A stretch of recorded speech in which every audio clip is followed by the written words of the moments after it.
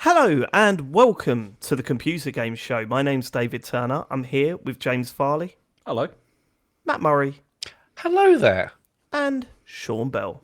Well, hello there. We're like, say, come on, that's don't still. Yeah, I got close, it- Sean. You went You may too far. think I've retired it, yeah, but really, financially, I'm still clinging on to that catchphrase.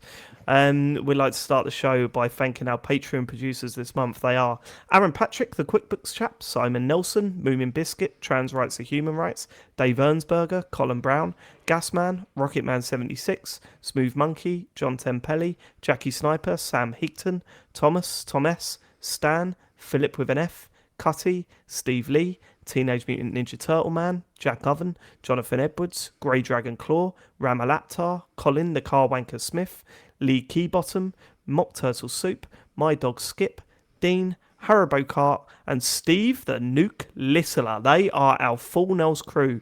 Thank you so much for supporting the show. We really do appreciate it. Funnily enough, this month you paid for our Podbean renewal, so you are literally keeping the podcast going. Thank you so much.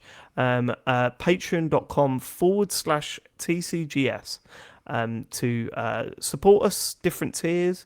There's bonus podcasts. We did our Talks Over this week or last week. You can watch the catch up of that if you're on whatever tier it is that you get. You get that. I can't remember the names. Just smashing it. Credit where it's due, James. Credit where it's due, James. Nailed it. That was an excellent selection. Excellent selection for this month's Talks Over. We went through every single advert for each main console. Yeah, it was all the main consoles that Nintendo have released and all the adverts for them, mostly. It worked very, very well because it started off, with the Super Famicom, and by the end of it, we were slowly going through the Switch 2 trailer to try and pick the pieces out of that one. Yeah, that's fun. Yeah, it was very fun. So, catch up on that if you've got access to it. It's a good one this month, as it always is. I should also say, Sean, Hello. you appeared on Ian Lee's Random Access Memories. If you don't know, Ian Lee's got a retro video game podcast. I was on it last season, twice. This season, Sean Bell stepped up to the plate. Yeah, I did it once, and then I interviewed him where I pretended I was Ian for an episode. So go check. Oh, and Jake. Oh, yeah. Yep. Not as memorable, that ep. What game did you pick again? Not what you said at the time. You said. I know it was very good. What game did you pick? Alex Kidd in Miracle World. Oh, that's right. Yeah. So basically, the idea is you pick a game, you go onto it, but you briefly talk about your history and stuff. And it's a quick 30 to hour and a half if you're Sean Bell episode. No, it's 45 minutes. I think your episode was. Which apparently is the longest episode yet. Yeah. Yeah, about the Biz, the Chris Levy game. So it's a really good episode. I really enjoyed listening to it. So Thank you. Because it is weird doing stuff without you three. I know it's like it's Ian. He's in safe pair of hands. He's not going to humiliate me or anything. No, it is weird, isn't it? Because when I did it, I was just like, you're always because I'm always just waiting to be interrupted or ridiculed for something, and it didn't happen. It was. It was pretty weird. Oh yeah. Poor you. I mean, what would you be doing without me, James? What would you be doing tonight without me? Well, we'll find out when I go solo. It's. I love you to go solo. I love because you'll get like a big influx of people to start with, and they're like, "Yeah, James, fight," and it would just tail off. It would tail off. What's that? You're not doing one again this week, James? Okay. I'll stay subscribed. And the worst part is we'd still have to deal with loads of listener feedback, being like, "Oh, so when are you getting James back on as a guest?" Yeah. There was a couple of moments in that podcast, Sean, that I really liked. One being when you said, it's really exciting for James and David because they're massive fans of you, Ian. I'm not. Like that's what it felt like. Yeah. Also, the other thing, he asked you specifically about TCGS Con in Sheffield. Yeah. Right, and said, "Was that mad for you? Did you really like that?" And he said, "And do you know what you said? Do you remember what you said?" No, I don't remember what I said. The best thing for you was seeing how many Midnight Resistance T-shirts there were, and I was like, "That's more important, is it?" That's the best thing, is it? It's not more important. It was just a pleasant surprise. Was it? Wasn't expecting for me. I nearly chucked them out. Sean.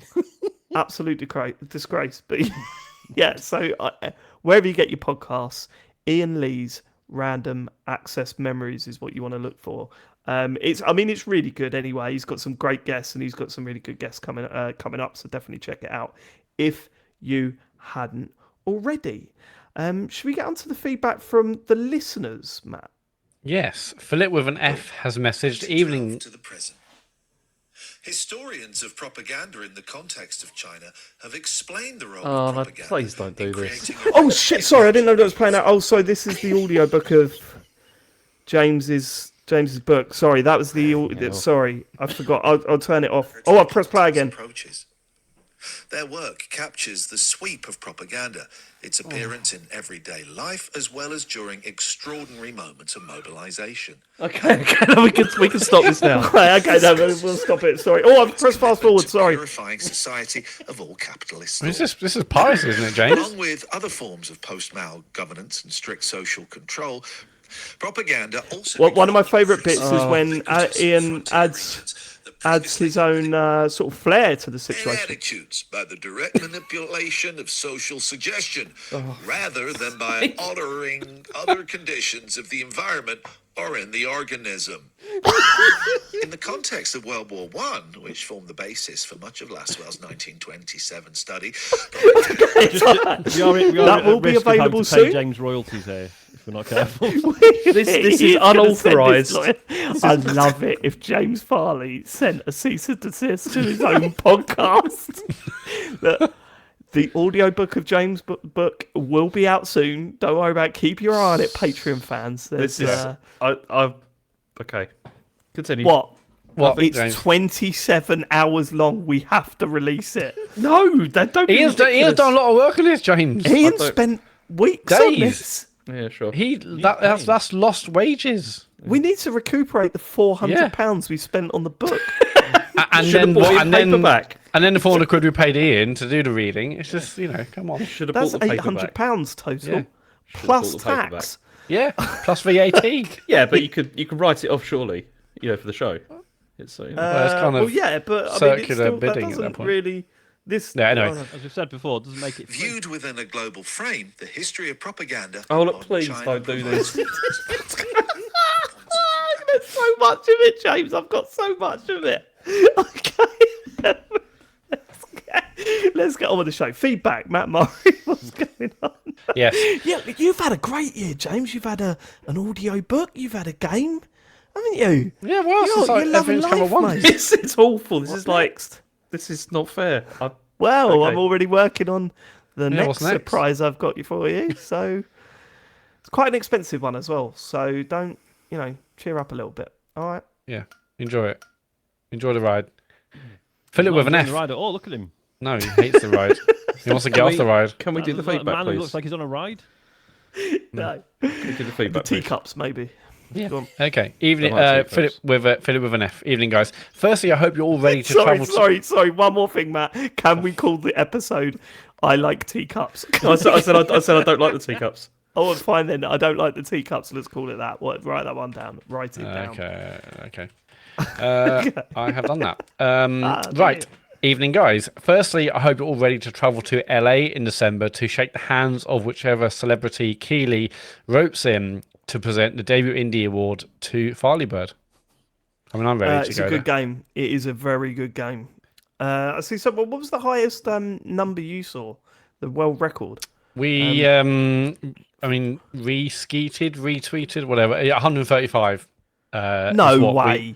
That's what we saw. Yeah. Where have you seen that? What, Someone's edited that. That they posted it to our Blue Sky. 136, in fact. What the fuck? 136. There's no way. That's got to be fake, surely. I mean, possibly. I don't know. Okay. Anyway, it's RDC on Blue Sky, 136, which is absolutely can't be ridiculous. that hard to see if it's on Blue Sky, can it? Hey. Okay, let's Quite move finished? on. Secondly, on the topic of your discussion of Xbox's continued failure to be a successful hardware manufacturer, you all seem to be in agreement that they will bring out at least one more console, presumably around the same time as the PS6, to compete with it. If this happens, as predicted, around 2028, and we can assume this generation lasts... If this happens, as predicted, around 2028, and we assume this generation lasts about as long as the current one, the following gen releases around 2036. Provided the world hasn't been fucked beyond recognition by then, which is admittedly debatable based on the current state of affairs, would Xbox still even need a console? Would cloud gaming not be enough at that point just to take over? They have definitely started the Everything's an Xbox campaign far too early, as every time I've tried xCloud I've hated it, but another 11 years of tech improvement seems like it may be enough. Thoughts? Thanks for the always excellent work. P.S. My Filebird high score is still only 18. Pathetic, really. That's not great. I've got that beat. Sorry, I was laughing then because James adjusted his microphone and is slowly. I know it's a visual thing, but he's slowly fading into his own virtual background at the moment, sort of slowly disintegrating into the world of Xbox. We've been talking about this a lot off pod because there's been a lot of discussion about it on the Discord channel. I think I'm falling on the side now that Microsoft's next Xbox console will be a stream-only device. Well, not... For fuck's sake, bear with me, guys. Not someone at the door. Is this a bit? Yeah. This is James's next present is about to arrive. To Dave's, which is confusing. I'm really scared. I'm really scared at what's going on here. You're nothing to be scared about. I'm being left out the loop a lot here at the moment, and Look, ringing Dave's doorbell at 9:20. I mean, who are these people? I mean, Phil Wall in the chat's right. It does sound like Noel's house party doorbell. Just got from me. I miss Noel's house party. Not sure I do. Was it problematic in hindsight? I bet if you went back, it would be now. The whole thing. I haven't said that would be a great talk over, wouldn't it? Going to, they had the cameras in someone's living room. Yeah. And then they'd be like, and click. And then they'd be like, it's us. Yeah. How the hell in the 90s? Was that a secret? Yeah. How were they hiding cameras in someone's fucking living room? That would be. We should do talks over. I know we've done Nightmare, we've done other things. That would be great, or potentially. I know you guys know this, but I don't think we've mentioned it to the audience. I really wanted to find like a good few episodes of Tomorrow's World. Yeah, because I remember as a kid, like always, really being excited to watch that because you'd find out about future tech, and then they'd do the health bit, and then you'd be really like, oh, boring. There must be them uploaded, surely. Well, there's loads of clips, but not any, hardly any full episodes. Have we not done talks over for Tomorrow's World? No, yeah, I think we have. No, we did one. We did one once, I think, for like the internet or something, because they did something like that. Yeah. Sean, do you know Stuart Millard, like the YouTuber? Because he does like he's done like loads of Noel's house party and loads of like. It's very funny. Like it's very good. And there was one. Oh man, there was one that I saw because I'm one of his Patreons, and he did a video. It was Games Master Series 3, the one with Dexter Fletcher. And it had like the bit at the start where like Dexter Fletcher's like running down like some steps, like like the oil rig or whatever. Yes. And then he's like, it looks like somebody who's coming out of like, who's going to court, and there's all the people that are like, and he should have like a towel over his head. This kind of stuff. It was really funny. Poor Dexter Fletcher. Hello. Sorry about that. That was a neighbour with all sorts of parking issues going on outside. So trying to sort that all out. WhatsApp message, neighbour. Okay, where were we? We were talking. You were saying about your convinced. Yeah. So we've been doing a little bit of off pod chat about this stuff because there's been a lot of discussion on our Discord, and we've been chatting amongst ourselves. I'm kind of falling on the side that Xbox's next console may just be a streaming device, and I don't know. I mean, but I don't. As in literally the next one they announce. If they do that, next 2 or 3 years, that feels far too soon. I can see them doing that as it being almost like a legacy thing as well, as being like, if you want access to your library, it's not going anywhere. You can get it all in the cloud on this. And this is our final thing. That feels far too soon. I wonder if the cloud stuff, if it actually got enough interest, would actually cease to be cost effective. Because for every person who's buying a 30 quid streaming stick, are at some point in the chain accessing a fucking Xbox. that they've not paid for. Right. And I understand. Yeah, obviously, no, that it's one not. Xbox No. it's basically like a timeshare scheme, right? Yeah. Because right now they're all Series X's, aren't they? Or Yeah. I remember I them just saying, like. I don't know, man. I just The one thing that sticks in with the sorry. during the Activision acquisition stuff, didn't they let slip that basically there's only capacity for about 1,000 xCloud users in the UK? This is what I was thinking, right? Is that, and that's the other thing that I'm thinking about. I don't know if maybe I'm being stupid here. Like maybe I'm being completely idiotic here. But I don't know if cloud-based gaming is ever going to be something that like enthusiasts are going to be into. I think for enthusiasts, probably not. Because enthusiasts really care about things like frame rates and all that kind of stuff, and like that's why like now you've got best, right? Yeah, exactly. And that's why you've got like increasing number of users. It feels like are like interested in PC and stuff like that because that's where you can get like the absolute best, and that's why people are kind of into that. This is why I can't see those people ever being like, yeah, I'd prefer to play this on stream. It's interesting, isn't it? Splitting another hair, isn't it? Because so previously, you had PC players, you had console players. I mean, I suppose you had mobile. Obviously, was a whole new strand to that. But then, the streaming stuff is sort of splitting that console market. So, like, actually, it's like you say that we might come to a point where being like, oh no, I really want to own the console. It's like, whoa, shit, this guy's a nerd. Yeah. I don't know where we sit, but I don't know where we sit. But honestly, I just think I don't. The one thing that always sticks in the back of my head is how does Xbox sell their next console?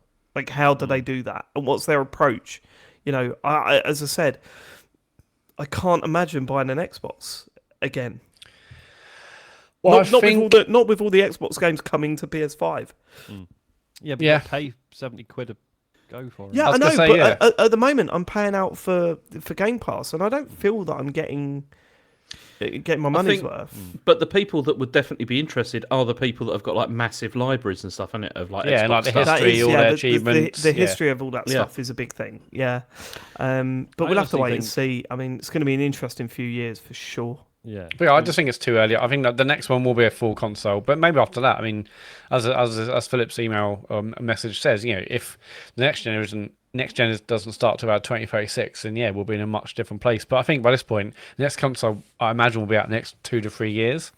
Like they're already so far, along the line in terms of designing it and architecture and stuff. I think we'll have a regular console in the next 2 to 3 years, and after that, who knows? But I think what would be interesting is if like Microsoft do decide to just like pull out entirely from hardware, whether that may change the equation for Game Pass on stuff like PlayStation and on like Switch and stuff. Like maybe if they can do some sort of deal where there's like revenue sharing or something like that going on, whether maybe they won't care so much. I think Sony would still be like, yeah, but look, we now know that it does put people off actually buying games, so.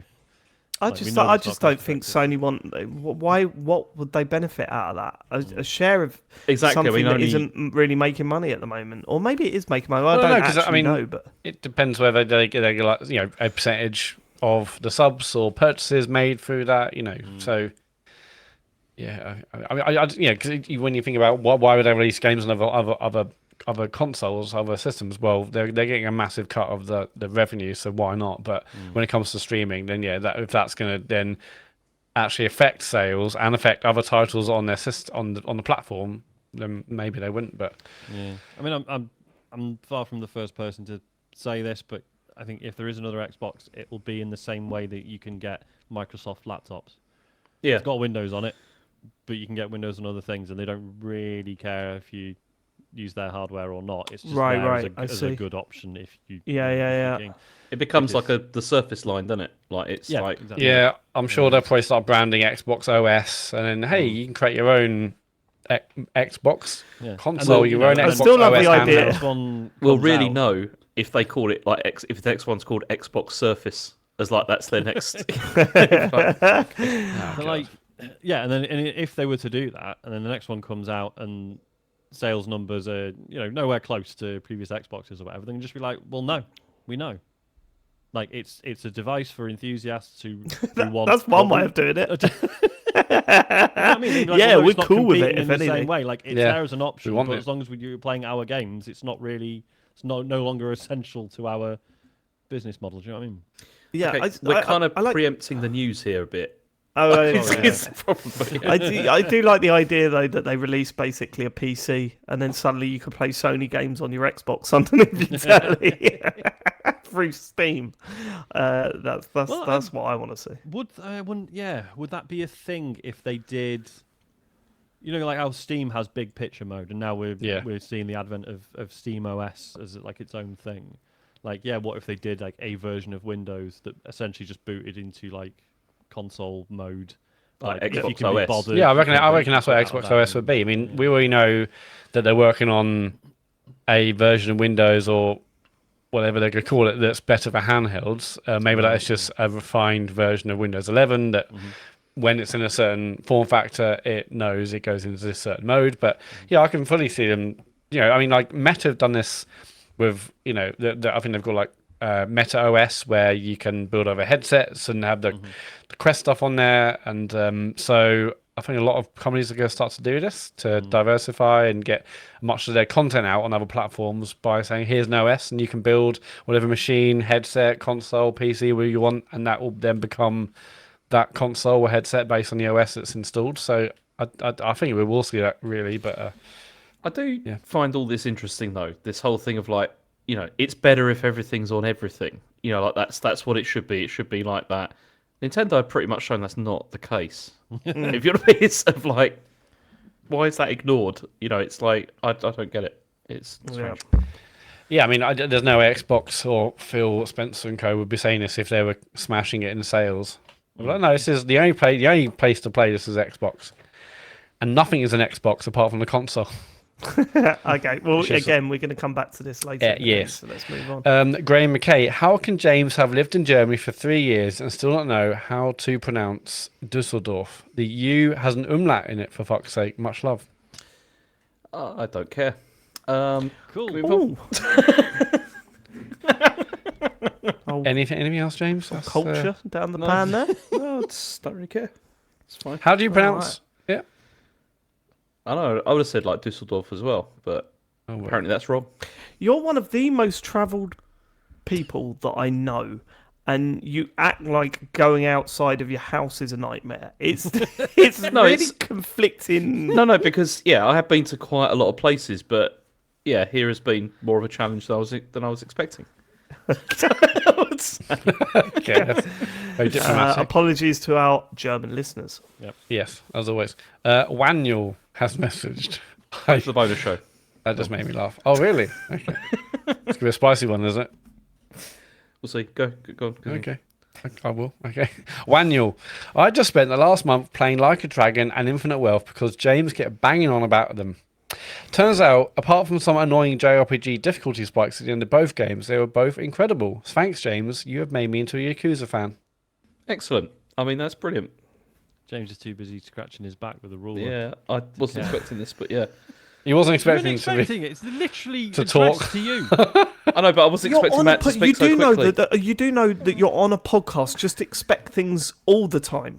You're on a podcast that you're paid to be on. Just expect things all the time. I was not expecting Matt to speak so quickly. There shouldn't be a downtime. Shouldn't be downtime. Yeah, you gotta be ready at all. I mean, when's the pirate one? It's March? February, isn't it? It's quite soon. Wow, okay, brilliant. Two We've had different basically answers. about 1,000 hours of hearing Matt's voice and learning how fast he speaks. Yeah, that's true. With the pirate one, it did make me laugh. I made this point before, but I hadn't picked up on the fact it's like a pirate in Miami or something is the tagline, Hawaii. Isn't it? Yeah. Hawaii, that's it. It's so they can reuse all the assets they use for the other one. Yeah. It is just to They know what they're reuse doing. shit they've already done. Yeah. Yeah, but I like the fact that we just nod and go, yeah. Well, actually, Well, they've been That's doing what that. I've always done. That's how they managed to churn out so many of these so quickly. It's because it is all like asset reuse. But you know, if it's still telling good stories and it's still fun, then who cares? Recontextualized. Yeah, I'm going to give it. This why is the it's last chance fine. I'm giving this game series is the pirate one. I'm gonna. But yeah, as I say, as Phil and Santol just said in the chat, 21st of Feb. So I was right. February. Less than 3 weeks away. Okay. For us all to be Yakuza fans. Kurt Lewin has messaged, James speaking last week about RoboCop made me want to give it a try, as the past year I've enjoyed these B-tier style games, which you can see in the PS3/360 era, and wish there were more. I wanted to recommend Evil West from a couple of years ago, as it's of a similar ilk. A nicely paced 10-hour campaign where the gameplay is just really fun, just lacking on the production value front like RoboCop. It's on Game Pass and PS Plus if you wanted to give it a go. I've played a bit of this, but it was in the middle of loads of other stuff coming out, so I was kind of like, oh yeah, this will be great when I've got nothing else on, and then I've had things on for the last year. So yeah, I would like to get around to it at some point. It's good fun. No, all right. You still planning to play RoboCop, David, when you get the chance? Yeah, it was like 13 quid In a sale. in the sale, but then we're getting codes for Kingdom Come Deliverance 2 this week, and that's like a big RPG thing. I wasn't gonna play it, and then Sean went, actually, Dave, I think you might like it, and pointed me to an article where someone just spent their entire playtime being a drunk in a village, and I was like, that does seem pretty cool. So I'm gonna give that a go, but there'll be time. There'll be downtime. I mean, it will be on Game Pass. Exactly, soon. on Game Pass or PlayStation Plus or whatever at some point. So yeah. It's the first one on Game Pass. I think it might be. Can't remember. First what? First Kingdom Come Deliverance. Oh no, we were talking about RoboCop. Oh, sorry. Yeah. I don't think Kingdom Come Deliverance was on Game Pass, but I don't know. Okay. Yeah, do you know what I miss is when we had a generation and it's called like the Wii 60 generation, because you had a 360, you had the Wii's your second one. That hasn't happened since then, has it? No, was that or a PS Wii? PS Wii, yeah. PS Wii, Wii 60. Oh, shame. It's all over. Capone Adam, open brackets, kitchen Wi-Fi, close brackets. I don't remember what that was even about. Kitchen Wi-Fi. Is this... I feel like every time he stretches the boundary, because it was kitchen appliances initially, right? Yeah. And every time Capone strays a little bit further from that. So he's the kitchen router. I thought he was having a dig at David, for the kitchen. Yeah, might be. Harsh. Might be. The word kitchen isn't offensive to me, James. It sounded like it was, earlier when you were complaining about the about your boxes. Why do you sound like Chris Sutton on 606? It was a bit, wasn't it? Well, when you were complaining, everyone sort of sits there and goes, that's a bit of a weird thing to say. Anyway, let's move on with the show. Yeah, you're better than that. I know. Next. Okay, feedback from Capone. When talking about console wars on a previous episode, it was mentioned that you go through phases where as a child you only had one console. It was the same for me, but surely now that is a thing of the past. Our generation's parents in general didn't play games at all, whereas today's children generally grew up with parents who already own various platforms. Not just consoles, but even phones, tablets, etc. I believe the console wars are well and truly dead, and we're beyond the point of ever returning. I do miss it though, especially the heated debates over who would win a fight to the death, Mario or Sonic. Good times. No, you're wrong on that front. Kids, certainly in Harry's school, or going by personal experience, I can't, I don't know if this is countrywide, but Harry's school very much like anti-PlayStation. Really? PlayStation's crap. PlayStation's shit. Mad. Yeah, because they've all got Series S's. You know what I mean? Like Right, okay. they can't afford a PS5. Like Harry. Yes, you're right. There are more gaming parents than there were when we were kids. 100%, loads more. But it's still not a common thing. Like no. I speak to loads of parents at football and this that, and the other, and they're like, "What are you doing? Like, why have you got all of the games consoles?" And I want to go, because I'm a fucking nerd. And yeah. Harry like cannot believe his luck. He can't believe his luck that new game comes out, he plays it day one. Gets it day one. New console. That's just been completely normalised for Isaac, and sometimes I have to explain to him he just thinks that new games just arrive every few days or whatever. Look on Game Pass. I'm like, no, it doesn't. I'm Game Pass. Asking me when Cat Quest 4 is out. Finish Cat Quest 2 and 3. And he keeps being like, when's is Cat Quest 4 out yet? I'm like, no, it takes years Yeah, but it's like Harry's like fuming that there's not a new a follow up to Super Mario Odyssey yet. Like he's like every time there's a Nintendo Direct, he's fuming that there's not a Mario Odyssey thing. But it really is like he knows that we're getting the Switch 2. They know it and they're smug about it. And what kills me is that he's gonna have friends that won't get they won't. And I don't want him to be the kid that gets it. That's why there's part of me that's kind of like, you ain't playing it. You ain't playing it for 7 years. That's such a dad thing, though, isn't it? Well, that's it. It was what I had when I was growing up. We were always 7 years behind it. We always got someone's one that they were going to chuck out, and that's the computer we'd have. That's why I was 4 years old playing an Atari 2600. So that was 1990, but we were playing an Atari 2600. You know what I mean? Isaac's a sod, right? Because sometimes, like, if you really want, so he wants Smash Brothers at the moment for some reason. I think I mentioned it last week, didn't I? And I'm sort of holding, like, I will get it in. I'm just trying to wait for like an excuse to, rather than just, it's a Wednesday. Here you go. Yeah. And and he keeps being like, oh, well, all my friends are playing it, and it's like, Isaac, you've told us that only one person in your class had a Switch, and his mum sold it. So they're not all playing it, which is horrible. Oh my god, it's a horrible yeah, story. that is awful. I feel awful for that kid. But also, I'm like, do you want to just? You've got a Switch. Do you want to just leave it there for now? Pipe down. Pipe down.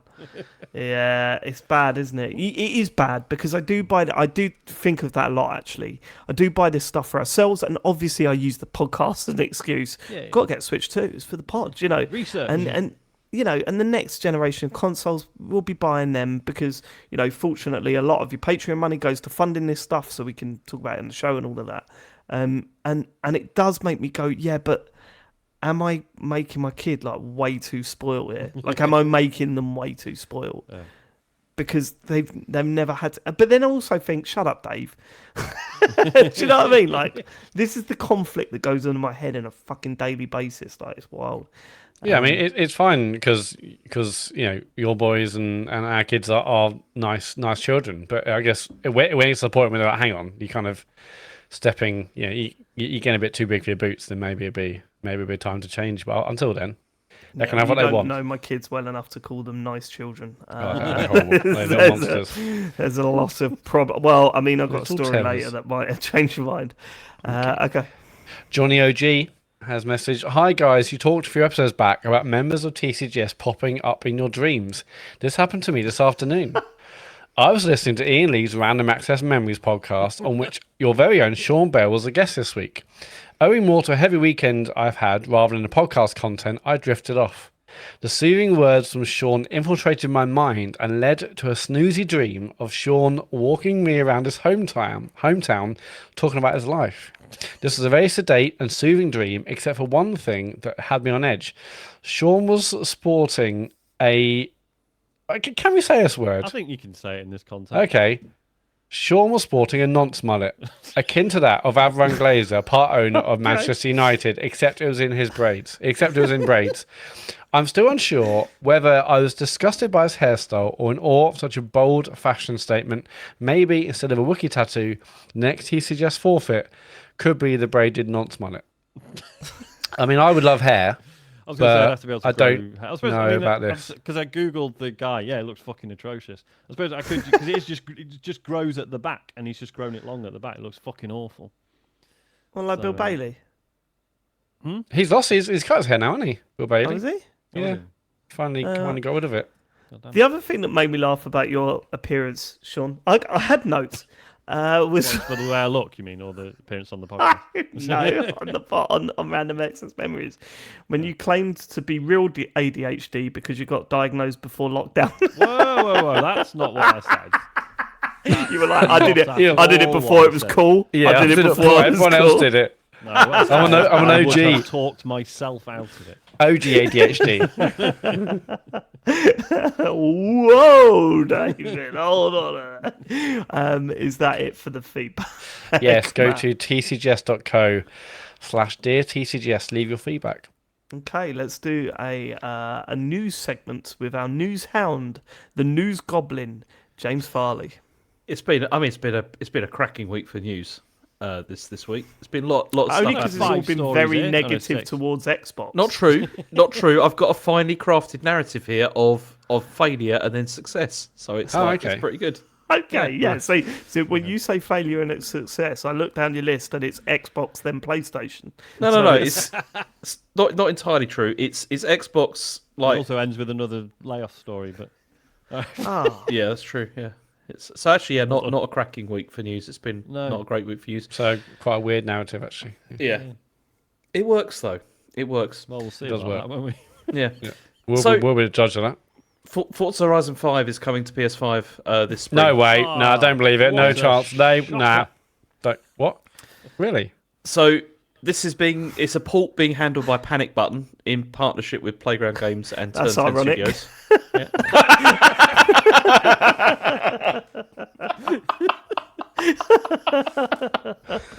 Sorry, that was quite good. Okay, and Thanks. it's Quite gonna. good, Dave. Yes. I don't fucking apologise. love it when he Very- reviews very- by comedy. That was a great gag. What is it? David. I spoke to an actor once who was doing a thing in Oh, fit. hello there. Your Majesty. He was doing a play, and he said it was someone quite well known, and there was some like moments where they could like improvise, and he would say something, and they would stop and go, "Yeah, it's really very good that." Very good that. I think you should use that. And he said, I've never been so pissed off in my life. Like, what? How do they turn around and go, let the director say that, not you. You're just another actor here. Like, don't judge Them me and tell me stopping what I can say. me and my flow. Anyway, that is what I feel about James Farley reviewing my comedy. It was good though. It's quite funny. Thanks, man. So it's also going to include the expansions, the Hot Wheels and the Rally Adventure, and there's also a new free content update for Forza Horizon 5 coming called Horizon Realms, which is coming to all platforms now. Well, that sounds cool. What is that? It's a didn't read curated that bit of the collection. art- No, I oh, did. no, It's no, no. he's not Okay, read give it. me a chance. Yeah, to he actually doesn't know read my fucking notes, shit. David. Taught in 4K. Sorry, James. Give me a Doesn't know chance. shite. So it basically what this is, it's like a curated collection of community favourites, apparently. So community favourite stuff. I don't know what that is. Like car designs and things like that. I Especially guess. events and stuff as well. Cause people can, Yeah. Yeah, but that's all in the game anyway, though, is Yeah, it? it's It's not just Yeah, but I- they're look, just, rated. but then also apart from Yeah. this, there's also rumours now that obviously Master Chief Collection's one of the big ones. There's going to be a Gears of War collection coming as well, apparently. That's going to come to all platforms. So yeah, it's there's no this red is lines. This is so for me, even more so than Halo, I thought this is the game where it's kind of like no. If there's one game that you could talk about on Xbox, what do I need an Xbox for? Why would I ever buy one of those? What game exclusive games? Forza Horizon is the one. Yeah, like 'cause for me, it's accessible. It's incredibly fun. It looks incredible. Great looking. Yeah. You can put anyone in front of it and they'll enjoy it. You know, Joe's mum played it for a while in front of the kids, and we were all creasing up. And you know, I took it to work. That was one of the first games I booted up, and everyone was having a blast with it. Like Forza Horizon, if you have a PlayStation, you've never had an Xbox, and you've never played a Forza Horizon game, I mean this, buy it. Like it is, it is For £70, you mugs. Yeah, But it is also- the easiest 10 you can give. It is so it's fucking stunning, yeah. beyond good. And there's also nothing I love really it. like it either on PlayStation. Really, like there's No, not. there's, what about there's not. Well, no, Motorfest? the crew. That's exactly what the crew was doing, wasn't it? You're right. There's nothing that sort of lives up In that time of up to quality. that. Yeah. Do you know? I'd be fascinated to see if they add any of the haptic stuff in there. If they do any of the dual. Oh, I bet they will. I bet they. Well, Exactly. I bet they will. So it uses the Force triggers a lot on Xbox, obviously because it's Xbox made, and it was always built with the hardware in mind. I'd love to know what they do with the adaptive triggers, if they actually use it, or they're going to try and make it a straight conversion. I think, but part of me just thinks, put the effort in. If you're bringing this to PS5, put the effort in, because you will sell. This will sell. It's one of the best racing games, one of the most fun racing games you could play. I know that there's a big audience out there for sim racing. This is not that. But what it is just probably one of the best racing experiences you'll have if you're not looking for a very ultra sim racer. I fucking love Forza Horizon, and it felt to me like this would have been the last thing that would go multi-platform. Not that it wouldn't happen, but especially after they started announcing all this multi-platform stuff. But it did feel like, oh, okay, anything is up for grabs at this point. And I think this sort of gives us a clear indication of where Xbox is at the moment. They are not interested in being a platform holder. They are interested in publishing games and making money out of those games. And yeah, here we are. I mean, I reckon this will do well. It'll do really well. Really well. If they market it right, it will do really well. I can't imagine this not selling on PS5. Like, it is so good. I'd be amazed if PS5 players play it and just go, "What the fuck is?" Do you know what I mean? Like, it's so perfect, that game. Yeah, I mean, it does make sense because, I mean, the next news story was that Xbox revenue has fallen like 7% in Q2 and hardware sales have dropped 29%. So, I mean, the interesting thing about this, though, was that, like, because they talked a lot about the multi-platform strategy and also, the games that have come out on other platforms, and apparently 64% of consumer spending on Microsoft games was on PlayStation. So it kind of makes sense why they're doing this, because they're making a lot of money, it seems, out of doing this. Although it does seem that the Xbox content and services revenue has increased 2% year over year. So this is like Game Pass has improved. Yeah, so that's kind of I'm kind of confused. So who is the publisher? Who's publishing? Microsoft. I thought Microsoft, not Xbox. No, it's Microsoft. I mean, if you go on the PlayStation app and you look at Forza Horizon, it says Microsoft. It doesn't say Xbox. Right. And so when it says Xbox revenue fell, is that's not just talking about hardware? What is that talking about then? I don't get it. That must be talking about hardware sales plus also software sales as well. But then if software sales is Microsoft, and hardware sales is Xbox, that doesn't make sense. And also, if no. Microsoft are publishing, like, it's published as Microsoft on other platforms, but then presumably it's Xbox publishing on Xbox. If you see what I mean. Yeah, I don't. It's like because is it Microsoft Game Studios that are publishing these things? Yeah, Microsoft Game Studios are the developers, right? Yeah, aren't they? God, we fucking should know this stuff. We should know this stuff. I mean, don't get me wrong. Like, Xbox have rubbed out a few lines here, and the only reason I'm bringing this up is that the two stories, they don't work in my head. Xbox revenue fell 7%. Microsoft has #1 games publisher in the world last month. Like, it just kind of feels like if it was Xbox sales revenues fell by 7%, part of me is thinking, fucking hell, I thought it'd be more than that. But the thing is the revenue can fall, but they can still be #1 game publisher because they still make loads of money, like, off that compared with everyone else, even if it's a drop from before. Do you see? Right. But then the second's not the big story, then, is it?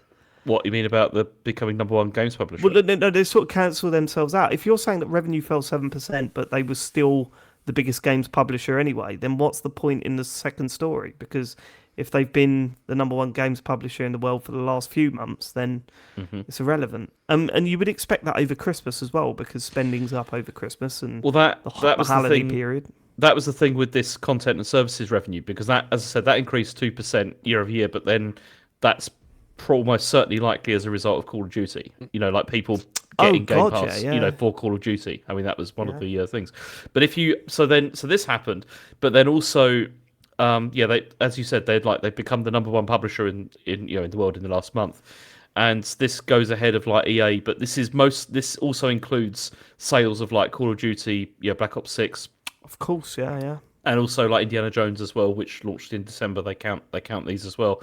And I mean, EA is second behind them from that. So I mean, it's not so bad because it does make it look like the strategy here is may be working because of course, of if course, the 100%, yeah. Because the thing is like if you look at this, like how the revenue has fallen 7%, hardware sales are probably the lag here. Like, that's probably what's lagging things, and then because they're down 29%. Yeah. Xbox hardware, so. Yeah, but whereas- they wouldn't be lagging because they're still. I'm assuming they're still making a profit on their hardware division. It's just not good. Yeah, it's just they're Look, just not selling that. You many. know, we got a lot of people that sort of misunderstood our stance with Xbox last week, and one of the things that's clear we're not saying Xbox are failing or Microsoft are failing here.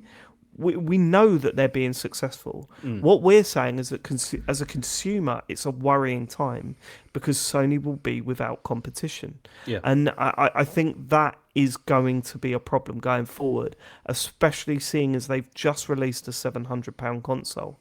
That's where I sit. That's where I'm kind of like, no, they need competition. They need someone to release a competitive console at a decent price, so they're not going to release the next one at £700. It's I mean, and before people say anything, like, we know Nintendo is there, but they're not a direct different competitor in market. many ways because they're just Of course. they take us off on a different direction. But I think like, they are it's very like- different. They're very different markets. Yeah, You know? and I think just to Dave's point, like, we've seen time and again around tech and games over the last couple of years that things don't have to fail with a capital F in order to be shut down or gutted or what have you. Like, it can just be that certain arbitrary targets are not being hit.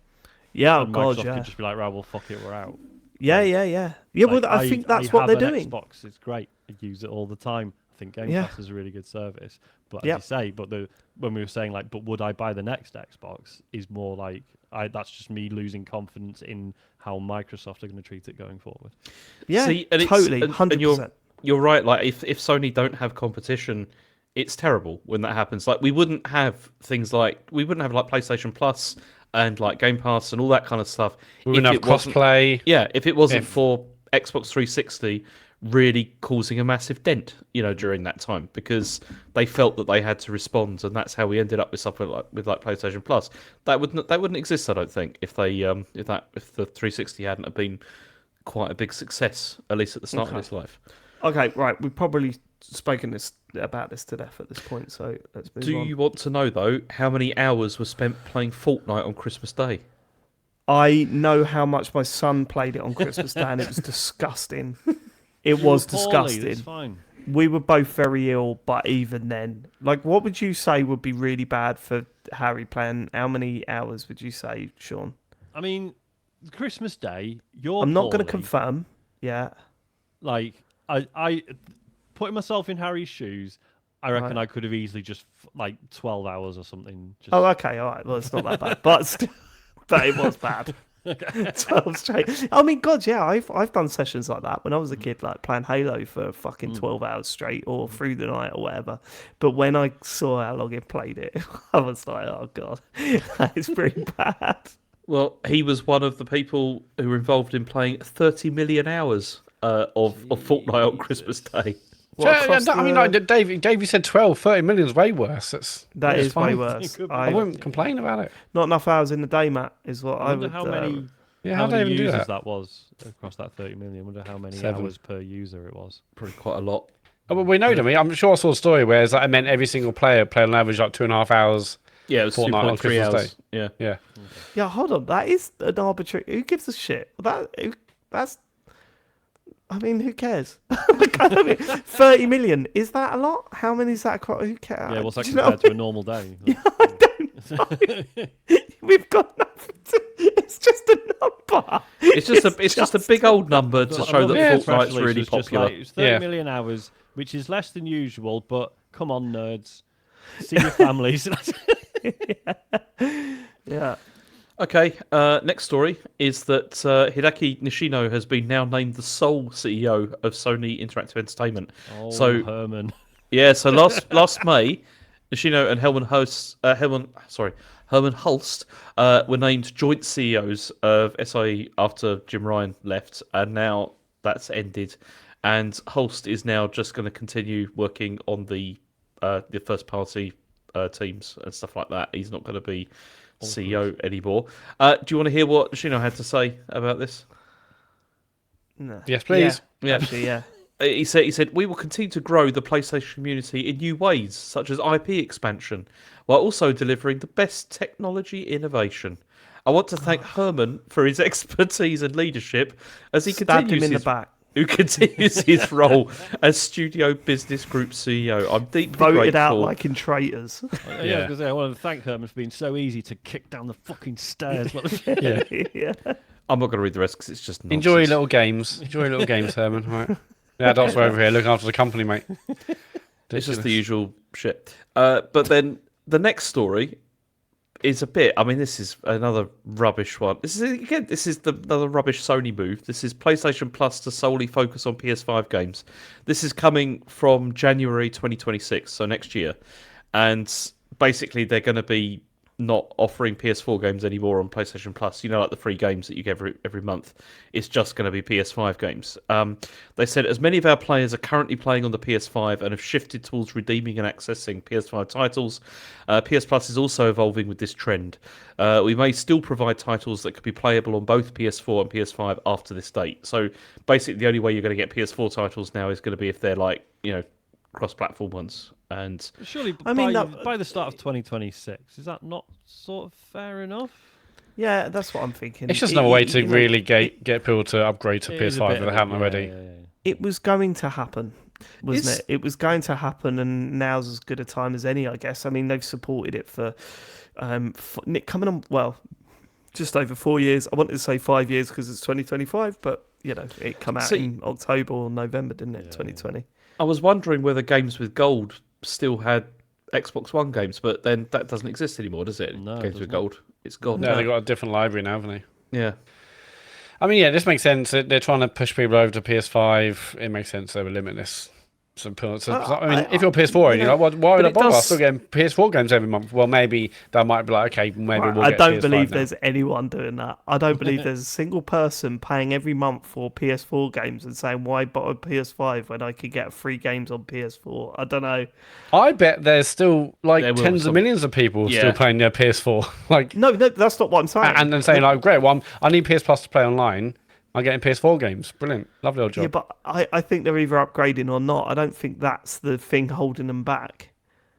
I don't think they're suddenly going to go. I don't think there's anyone out there, Matt, that's suddenly going, they're stopping support PS4 games on PS Plus. Right, I'm going to have to buy a PS5 now. I don't think that's the deciding factor in that. I don't know more people than you think.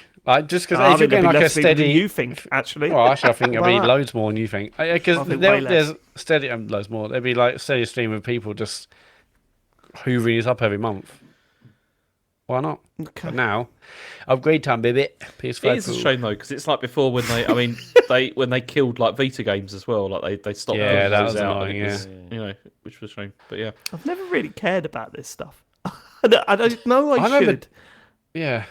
But when this first came out, I was if you're claiming them every month. There's the new games about claim, and now But that's where it's changed though, isn't it? Because originally, with PlayStation Plus and games with gold and stuff, there wasn't this massive other library of games that you could play and download, through Game Pass, but also PlayStation Plus Extra or whatever it's called, that sort of stuff.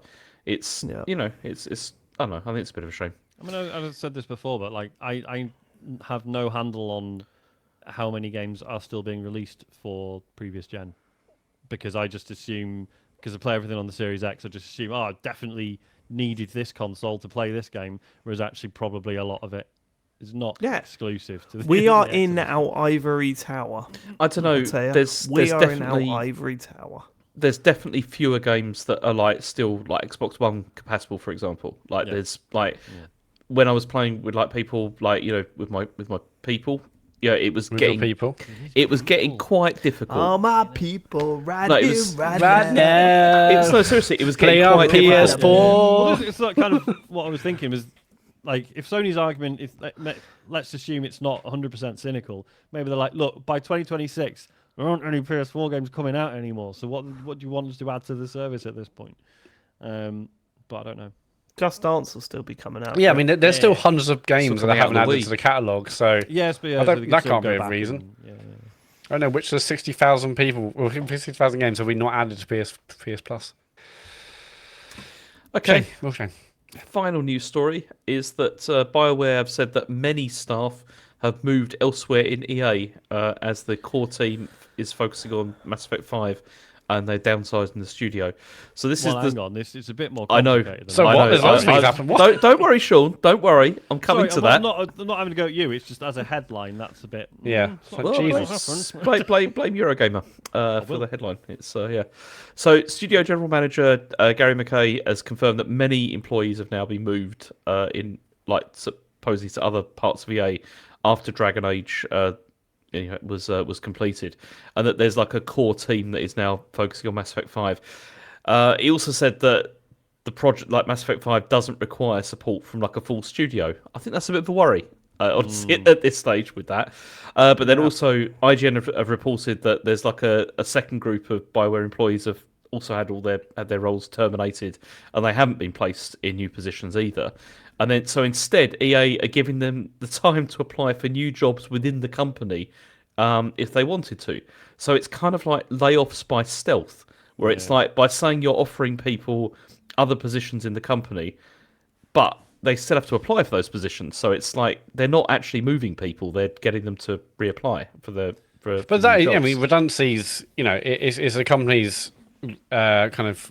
The company has to try and find alternative employment. So, that their roles are being made redundant, and them moving to other parts of the business is normal and should normally happen in redundancies. But they've tried to spin this as being many, as it says in the headline, many staff moved elsewhere in EA. It's basically saying like they've just shifted them into like other roles when they haven't. Yeah, they're sort of saying, well, you can apply for other roles if you want. Well, no, I thought it was.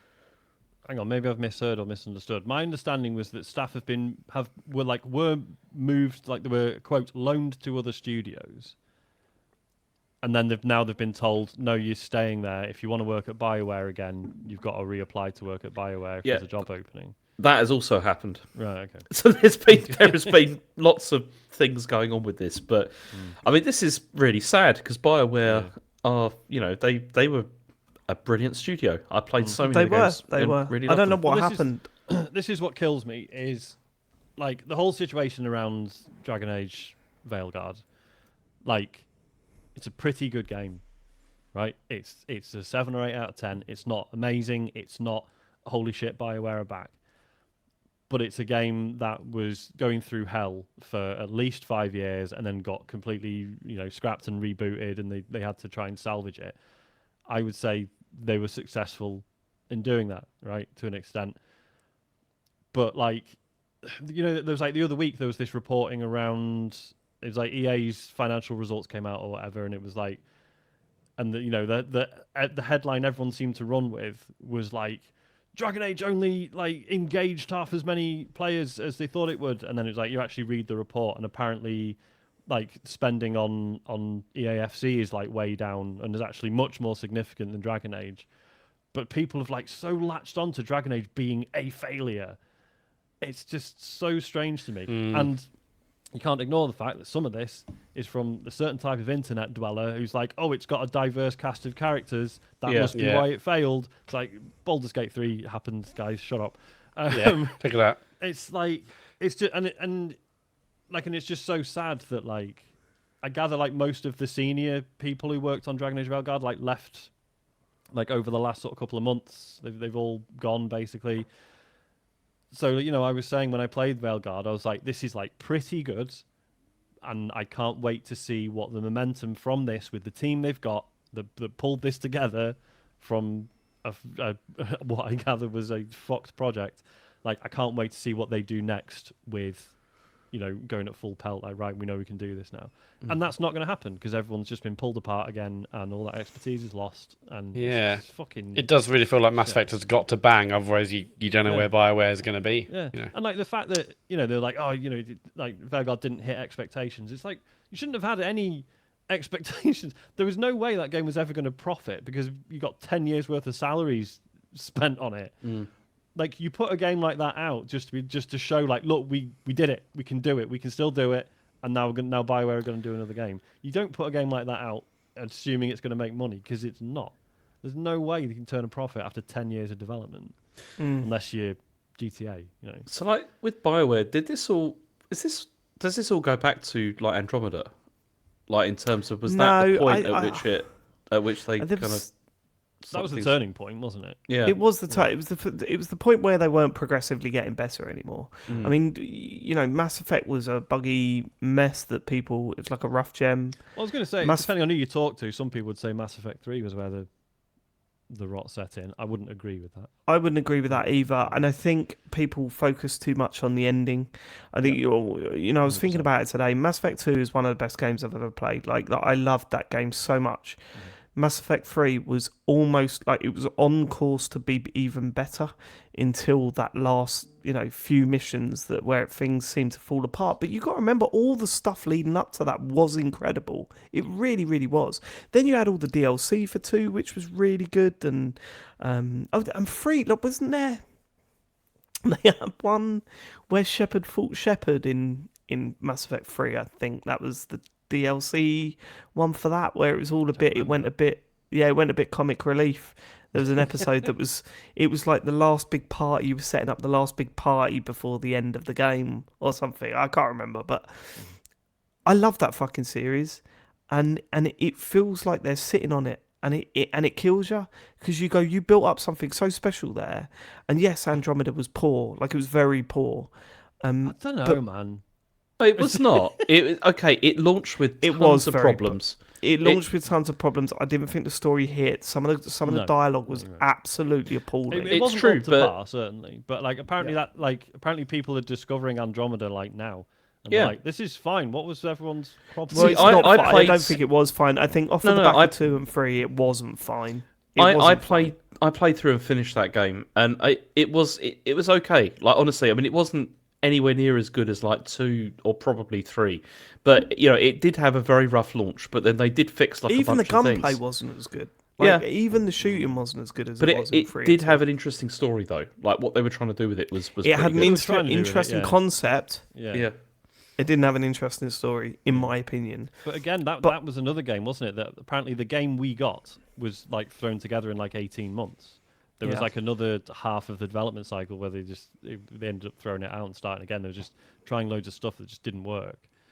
So yeah, I want that series back. Anyway, we should probably be done with the news. So a couple of things about that though. So I mean, one, the fact that it says that the project's still at a stage that doesn't require full support for the studio, to me just says it's still in pre-production phase, or because if there's full systems. So this is all systems go. They would have had everyone doing So that's a little bit concerning. Also, I must have missed it over Christmas, but I only saw it today. Have you heard about this game called Exodus, which is basically a new Mass Effect from a lot of people who worked on the original one? The trailer looks absolutely incredible. Yeah, it's called Exodus. It's from I don't know the name of the studio, but basically it's a lot of the previous people who worked on Mass Effect, and it looks like a Mass Effect game. And it looks absolutely incredible, but Archetype Entertainment, apparently. Yeah, I saw a trailer. This is basically. I'm always really concerned with that when people say this is made by the same people and it's like, was it? I feel like the Disco Elysium stuff has made. I mean, we always knew there was a chance that it'd be like, oh no, it's this one guy who makes the tea. He works on this previous game, but with the Disco Elysium stuff, that's made us extra cynical towards that sort of thing. Yeah, for sure. And also everyone that claims to work on the original Burnout game. So they seem to be all over the place. It was revealed at the Game Awards, but I guess I'd miss that trailer. But yeah, it looks absolutely amazing. Trailer looks really good. I just love the world or the universe that the Mass Effect built up. I do have a prediction for the new Mass Effect game if it ever comes out. You won't have to be a human. I reckon you'll be able to pick your race. Yeah, probably. And they'll see that as like a big. Is so hard to do in AAA dev now, though. Especially in a world where your race means so much. Yeah. You know what I mean? Like when you walk around, everyone reacts to you in a different way. Yeah, of course you would. You'd love that. I'll be one of who was Garrus. I'll be one of those ones. Yeah, great. Turian. Oh, they were such a tragic. Like their whole story. I love it. Right, Turians? okay. What was tragic about the Turians? Wasn't it that their skeletons were on the outside, so it made them really easy to, or they naturally deteriorated in a really horrible way or something? Oh, I don't know. Was it them? I'm sure it was them where it was either like their skin was like inverted or something. So they would have eventually this sort rot of from shell them. on the out. Yeah. Yeah. It was. I remember reading Poisonous. like it must have been like a terminal or whatever. He read their history of them, and it was like, no, there's this really horrible disease where they basically dissolve from the outside in, and it was like, fuck it now. Yeah. Poor guys. Play as that guy. But they were cool. Glass cannon. Okay, are we done with the news? We are done with the news, yeah. Let's get to what you've been playing then. And there has been a very big release this week. Certainly in terms of the show, Citizen Sleeper was a Game of the Year 2023? 2022? 2022, bloody hell. And the sequel released this week. Matt, Sean and James, you've been playing it. What do you make of Citizen Sleeper 2? Who wants to go first? Sean, you probably should, because I think you've probably played it the most. Yeah, maybe. I was going to say. So this game came out 3 days ago. Okay, here we go. Would anyone like to guess how many hours I've played? Have you done like I did with Astrobot? You've done an Astrobot. Yeah. You've done a James and Astrobot. I'm gonna say probably. I'm gonna say 20 hours. Citizen Sleeper 2, please. Notion, clear my diary. I've spent 17 and a half hours. That is too many hours. It is too many hours. That is about. I don't feel bad about Harry on Christmas Day now. No, it's not quite 30 million, but it's up there. I played about 8 hours, I think, maybe 7 or 8 hours, I think. Yeah. I played on 2. Nice. Like a regular old person. All right, so 17 hours. With a life. How long was the previous game? Man of the Nature. See, I thought the first game you could have it done and dusted within like 12, 15 hours. So I think this is definitely longer. Mm-hmm. We should contextualize it because obviously the first game was, coming up to 3 years ago. Citizen Sleeper 2 is a very text-based RPG. It pulls from a lot of like pen and paper RPG traditions. There is artwork and it's really beautiful, and there's like 3D renders of the places you go and stuff like that. But like the vast majority of the game, you're reading text. Certainly what three of us loved so much about the first game was that the writing was just stunning. Like it was just really, really beautifully done.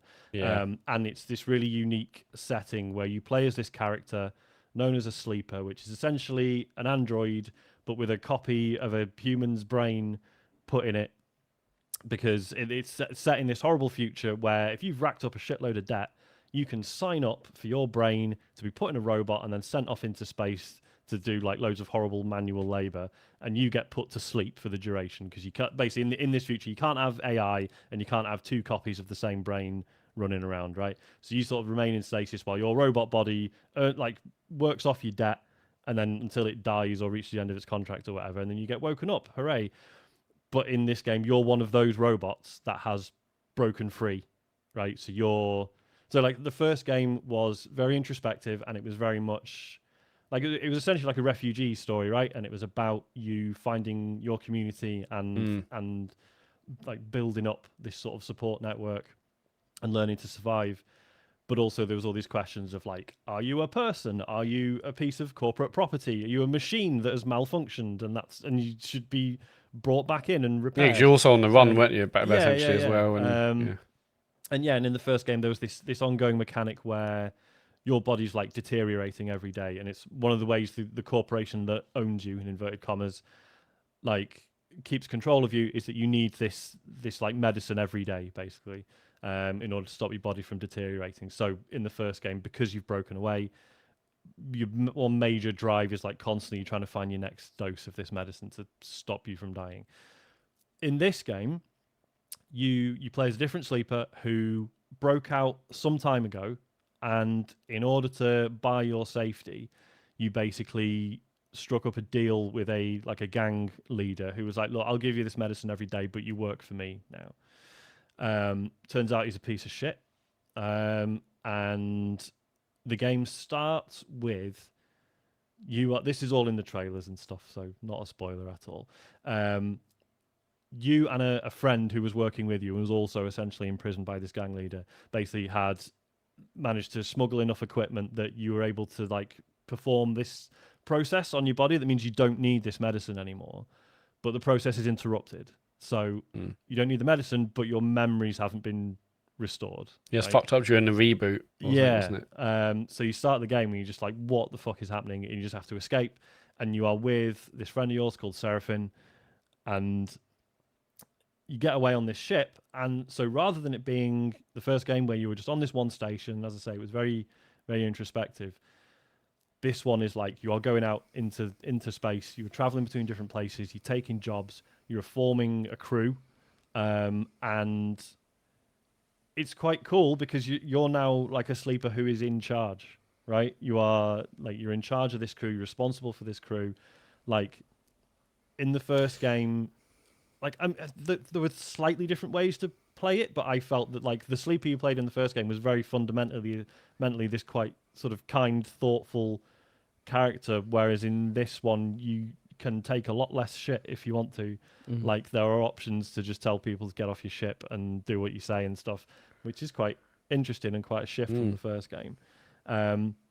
Mechanically it's also very different and a lot more involved, I would say. Yes. Well, when I started playing this, I'm like, what's the previous one this complicated or this almost overwhelming in terms of like the various systems? I was like, okay, I don't remember being quite this, but obviously I would have assumed they would, amp up the complexity somewhat for those who played the previous one to give this one something else to get your teeth into. But I was like, bloody hell, there's so much going on, so many icons, so many systems. Like, was it like this before? There's a lot going on, and I'd say that they don't. I'm not sure it's particularly well explained either at the start. No, it's like, and it's and also it's quite. I mean, we've talked about this, Sean, but it's like it's quite stressful. I think to begin with, like the game. I mean, I've got to a stage now where I'm starting to feel like I've got a bit of a kind of equilibrium going on, and it's not so bad. But probably for about the first 4 or 5 hours, it was really quite stressful to play this. This does answer a question that.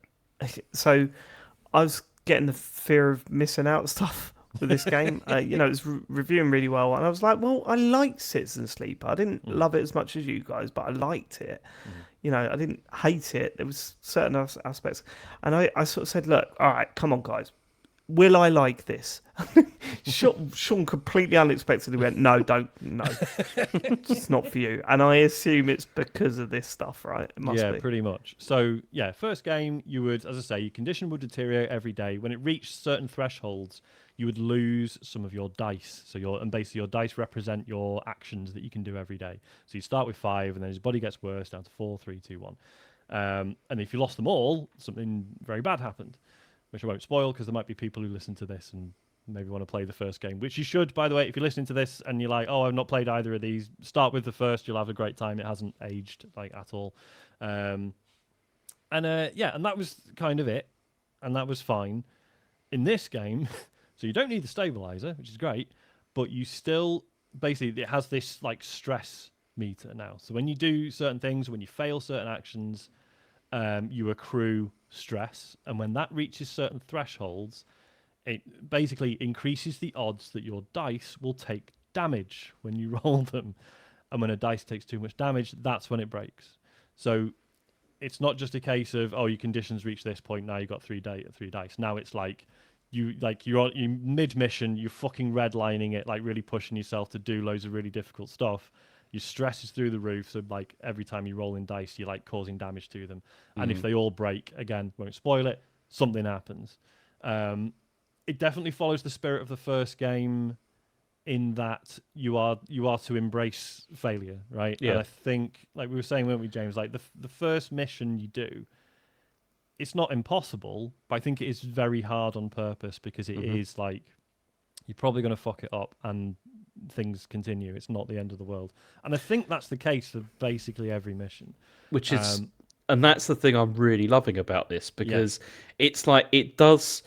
So, I mean, for me, missions have frequently gone wrong, but usually that ends up with a really interesting narrative, like sort of twist that you get from that. But also, the most important thing for me with this is it feels like it is your story. And that's what I really really enjoy about this. Like you feel, as I said, I've messed up so many times, but then when something does come off as well, and sometimes it does feel like it's right down to the wire, and then it's like you get a good roll. And I mean, I'm somebody that is not a huge fan of like dice games and stuff like that. I mean, neither usually. Yeah. But this there is a huge thrill from this when like you just manage to do something. I did the other night. I did a mission where. Yeah, so when you go out on missions, you choose like 2 of your crew members to come with you. So like they've got different skills and stuff, and they have their own dice as well. Well, when you go, are they all called contracts? Like I think so. Yeah. Contracts. Yeah, sorry. And yeah, basically, I was doing this contract that was taking ages, and it was really difficult. And basically, I was at maximum stress. One of my companions was at maximum stress, which meant you couldn't do anything anymore. And basically, like I was on a timer, so this was the last turn I had to get this mission done, and it came down to 1 dice throw, which had like a 25% chance of fucking the whole thing. I was nearly sick, like because it matters to the story, right? Like obviously, I was just say the game continues, like regardless of what happens, but it's still you give a shit about the characters and the situation you've got yourself involved in. It's like I want this to go well. I really want this to go well. Like for just all the the people on this ship that I'm doing stuff. I don't want to spoil it. Obviously, I'm doing stuff on, but like there was also very personal stakes for like one particular crew member. And I just pressed the button. I was like, I can't fucking look. Like I can't. and I did it. And it was like it was like 1 a.m, so I couldn't make any noise. But I was just like, oh my god, fucking hell! It was just absolutely unbelievable. So, although the new systems are complicated and they take a bit of time to get your head around, and you will struggle with them, I think it does come a point where it's like, no, I'm really glad this is here because that fed into the narrative like so well. Especially, I mean, because it's not just the stuff like with the dice and the stress and everything. It's also resource management as well. Yes. Because you have, because of the fact that you're flying around the place all the time, you have to have cash because you need to buy fuel, you need to buy supplies, and all of that sort of stuff. But then, as I said, I've got to a stage now where I'm like, okay, I'm starting to be able to be more organised before I go out on missions and stuff like that. And that's a lot more.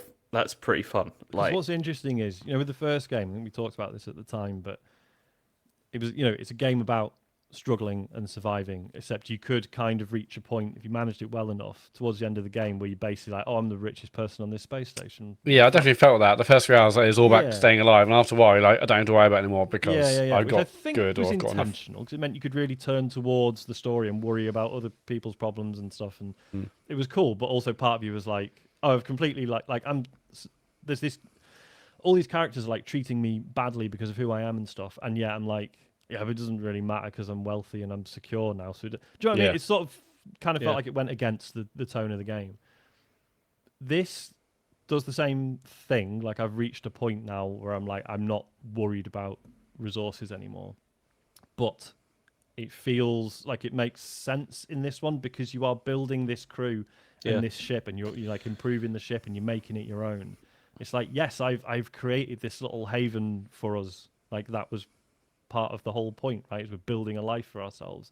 So like thematically, it feels like it fits a lot better here. And again, it's good because I'm not constantly stressed playing it. So that's a good thing. See, there was one other aspect. You see, it's really, what kills me about this is that we can't talk specifically about certain story beats and stuff like that, because there are so many bits in this whereby I felt sometimes like I've been sort of like railroaded down a particular line that I wasn't expecting where it was going to go.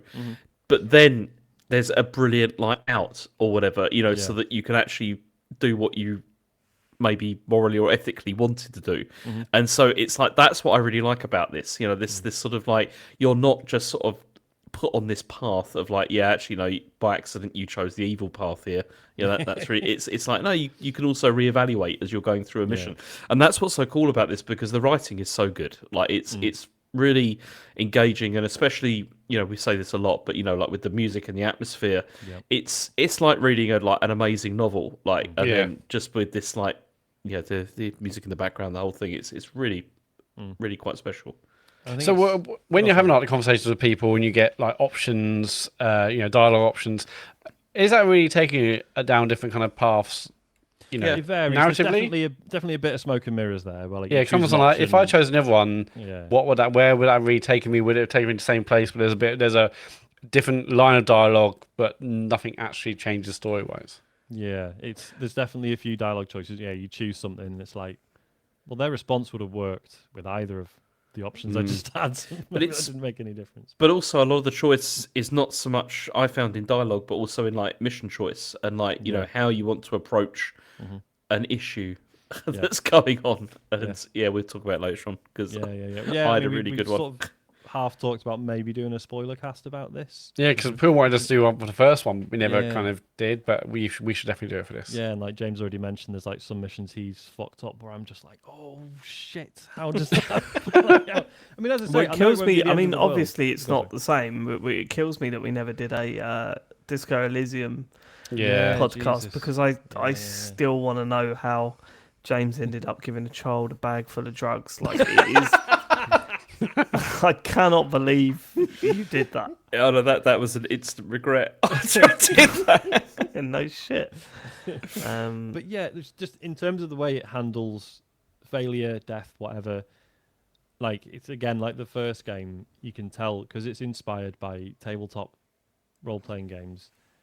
The game is not gonna like. Although there are bits that are stressful and there are things you want to succeed at. You don't want, you're not like, oh, it's all right if I fail. But ultimately, the game has been made by someone who wants you to experience it. If you're doing a pen and paper role-playing session and you fail a mission, the person who's running the session is not going to go, all right, game over, guys. So it's 8:30, but you're going to go home now because we're done. You failed. That's it. They're going to work around it. Right, and they're going to find a way to to make it stay interesting and things move on, and that is what these games try to do. But then also, there still are interesting consequences for things as well. Like it's not just like keeping things going for nothing. It's there's still good reasons for everything. It's really good. Yeah, because especially. Go on. No, I was going to say. I mean, I played Life is Strange Double Exposure, like the last episode of that, and finished it, and then I went straight into this, and I was like. Yeah, that's a different experience. We weren't going to reveal our hand. You've pissed me off for that. Why? We weren't going to talk about it. No, just say it's a different experience. That's all. Oh, fuck off! It's the way you do. You know what. Not tends to have anything. Yeah. It's a different experience, isn't it? It's a different experience. All right. Yeah. But yeah, I'm at the point now where I'm sort of heading towards the end of the sort of character arcs of a lot of the crewmates as well. Because you can pick up quite a lot of people. There's some you can tell to fuck off, and you might have very legitimate reasons for wanting to do that. I think I've managed to keep everyone I've met so far. But like there are issues with trust, right? Like ultimately you are still being chased by this gang leader guy, and there is a bounty out on your head. So when people are offering you help or whatever, and some of them do like screw you over, like to your face, but they're like, no, but here's my reason for it. Hear me out. And then it's up to you to be like, no, get the fuck off my ship, or okay, I sort of get it. And it's so fascinating. Like Seraphin is such a good character in this. He's your friend who helps you get out in the first place. He's your pilot, and he trusts you, but because of a load of experiences that you don't actually remember, right? So you've got this guy who, but I mean, in my playthrough, has basically been constantly furious with my decisions. but he trusts me and will toe the line, and it's just fascinating seeing the character like constantly be frustrated with me and my decisions, but then occasionally admitting that things did work out, or he's like, I fucking told you so, like what were you thinking? It's a really interesting relationship they have. So do you feel like you have more autonomy? Because the first mission is about you getting these like pipes for the ship, whatever. You can either do that, or you can find the money another way, or you can do this or do that. And when I got offered that mission, or you meet someone else, I'm like, okay, I guess I better go back and tell him to check it's okay, rather than me just going out and doing what I think is right. But you feel like after a while you have more autonomy. You can just do what you think is right, rather than asking. Absolutely, the captain. Okay. Yeah, I mean, you always get opinions from your crew, but it's kind of up to you who you want to pay attention to. I mean, because that's the other thing, is it's very clearly, and Gareth Damian Martin has said this, they've explained that like it's very influenced by stuff like Firefly or Farscape, like just these like really good sci-fi shows that are just like all about this really close crew. Yeah. And like Cowboy Bebop feels very Cowboy Bebop as well. Yeah, it's so well done. Like I'm like I knew I would like this. I just was not expecting to be like this blown away by the changes. What's interesting? You've played this for 17 hours, you say? Mm-hmm, yeah. So this is way longer than the first game. Yes, I think so. Yeah. First game was like at the 10 end. hours. Like, I'm at like a very climactic bit.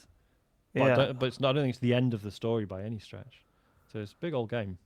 Yeah, it's an interesting one. I think. Yeah, what are you playing on? So you might have. So I bought it on Steam. So it's on Game Pass. So you're playing on Xbox? Wanted to be able to play it on the deck. Yeah, see, that's it. Like for me, that game is a Game Boy Advance game. You know what I mean? Like it's one that you. Yeah. Do you know what I mean? Not that's not. I'm not slagging the game. But what I'm saying is that it reminds me when I played Citizen Sleeper 1. It was, it was like curling up with a book. It was where I could lay down and sort of just really just like get immersed in it because it's right in front of my face rather than playing it on a big screen on a telly. I don't see the advantage of doing that really. But this is exactly because I bought the PS5 version so that I could play it on Portal for that reason. Right. So that I could just like. But that's interesting. Why would you play it on Portal over the Switch though? Like, because I think natively is better, right? This is where I made a mistake because I don't know why I thought this, but I thought that the Switch version was coming out a bit later. And that's right. Yeah, that's right. Because when I was thinking about buying it, I said, I said all this. I said in the WhatsApp group, like I want to get it on Switch because I can actually. And you went not out on the Switch. Yeah, I thought. I don't know why. Are you sure? And I went, well, here's a picture of the store, and it looks like I could buy it. Yeah, so I made a mistake with that, and I hate it when that happens. When you're so convinced about something, it's like, was it the Mandela effect? You're like, I'm sure this. I'm almost certain it wasn't the case. Yeah. I think if I was gonna play it, it'd be Switch, but I think I've got over that hump now. Although what you're saying about it all sounds amazing, but what are performances like on Switch? I just don't trust anything on Switch at the moment. The first game didn't run great on Switch. Obviously, it doesn't really. What do you mean didn't run great? It was just screens of text, wasn't it? But when you're like scanning up and down through the station and stuff, it was. Yeah, I suppose so. But then that was so not a problem. Yeah. If there's one game that can get away with that, it's probably Citizen Sleeper, right? I should say as well, again, if you're thinking you should play the first game first, there's quite a few returning characters. Is it? That's excellent, yeah. Which is really nicely done. Does it have equivalent of that weird sort of virus thing that you had to contend with in Citizen Sleeper 1? Oh, no. There was a mission, wasn't there, involving things like that? If I remember. There was there was like the AI program that was like hunting you while you're on the station. Yeah. That was so. Yeah, that was like a big part of the first one, wasn't it? Or it was in my playthrough anyway. It was like constantly dipping into there and using some of my dice to. You were like hacking stuff and getting rewards and stuff. I don't know. It was weird. The hacking stuff is gone. Okay. This one. That was the only thing that sort of gave me like an anxious feeling when playing that game. Like that sort of underlying, you could switch to the other side because it was like you press a button, wouldn't you, and you'd switch to sort of virus level and do shit. Yeah. Well, one thing I hope you can do is, which I really appreciated in the previous one, was when I was doing like a mission and that mission ended, but you can kind of go back, I guess, like a previous save to like see the other routes or the other ending for the same story. Right. Yeah. I did that a bunch, like. Even though I had like my story, the first route, but I was still like, I can go back and see how the other way that story would end. I really appreciate that. But so because that was there was all the potential endings you could do that with, wasn't it? Which, I don't know how this game handles that stuff. Okay. I know that like when you it's constantly auto saving, so when you finish a mission, that's it. But I don't know how the endings work yet. Okay, that was Citizen Sleeper 2. I'm sure we'll get final thoughts on that next week once the boys have finished it. I'll just quickly rattle through mine. They're games that I've all spoken about before. It Takes Two. We are deep into that game now. Me and Charlie have been smashing it. He wants to get May and Cody dolls. He is obsessed with it. Do you know what Asher got? And it is... Do you remember the elephant? Well, yeah, you can buy the elephant toy, right? Yeah, Do you remember the elephant? We just did that bit this weekend. He was that bit with the elephant really upset Asher. Like it really upset him. How do you think How do you think Charlie reacted to it? Fucking cracking up throughout the whole thing, and then cheered when you lobbed. So look, It Takes Two spoilers coming up. I do apologise, but just to explain to those who have no interest in playing it and all this, there's a mission or a main plot point in it where they work out that they've been turned into dolls. The parents have been basically parents are turned into dolls. They turn into dolls because a little girl reads a spell and then cries onto her dolls, so their personalities get zapped into these dolls. And they decide that what they need to do Not is very believable, is it? make the daughter cry. It's not. No, it's made Stupid. up bollocks. Actually, don't think it really happened. That they decide to they try and make the girl cry again so they can dance around in her tears and return back to normal. That's pretty fucked up. It really is, and it doesn't feel any better in this playthrough. Okay. And they decide to do that. This is even worse by destroying her favourite toy. Right, so they go into her bedroom and try and destroy the toy. It's not done in a nice way. No, it's toy horrible. is screaming and saying, "Please stop!" as you're ripping its like arms off, and it's clinging on to things. You didn't get this far, Sean. No, and I've I've started playing it with Isaac, and I might have to. No, it's seriously like he'll handle that very well. It really upset Asher, and in the end, he bought I bought him the plush of it because he was really upset by it. It's even like I played it with John Denham, and we were like, "This is too much, man." I mean, it's funny when you really think about it because it's so fucking stupid. Like, you're not supposed to be playing this with your 6-year-old kid. But you know what Charlie's like. He was fucking cracking up. They were like, yeah! When we lobbed it off off the shelf, he was like, yeah! Like, oh God, Charlie, man, this is not how you should be reacting. I've got video of it. I might have to edit the best bits and send it over to you. It's so fucking funny. But we are absolutely adoring it, and I love the fact that it's not one of you dies, the game stops. It's like it feels like Halo co-op, where it's like if you can stay alive long enough, then you're fine. And we still haven't found a bit of the game that's been too hard for Charlie yet. He's 6. That's good. You know what I mean? And that's not saying like he's really good. It's just I think the game adapts. So if you fail 3 or 4 times in a row, it makes that bit easier for you. I'd love to know if that's a thing and that actually happens. I mean, not in the mini games, it doesn't. I've definitely wondered if, like there's been a couple of bits where Isaac's been struggling and then he just teleports to where I am. Maybe. I've not seen that. But with the mini game stuff, Matt, Charlie can't handle that shit.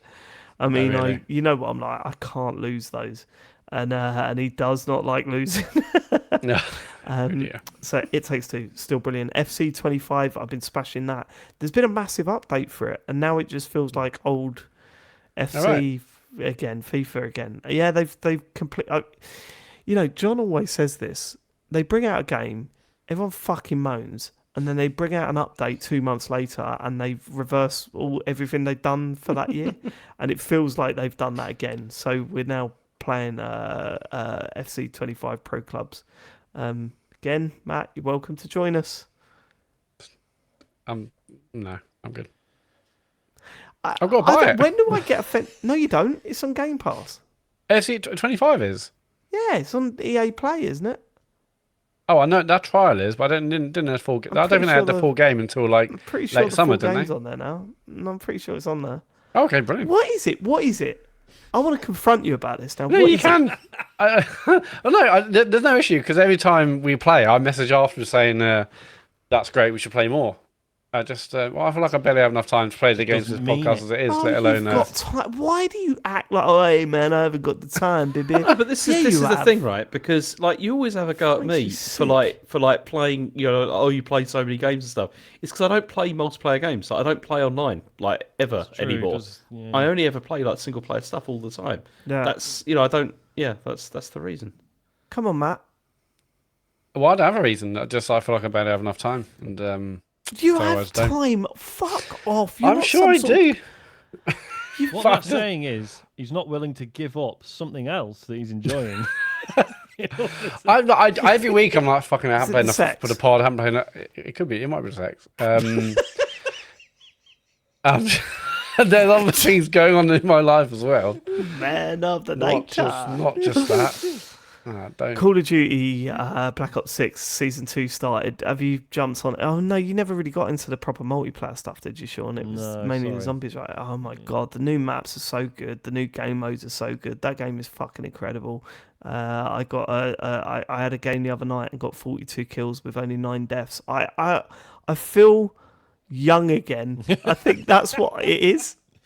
I think that's what it is. Yeah. I feel like a youth. I'm clinging on.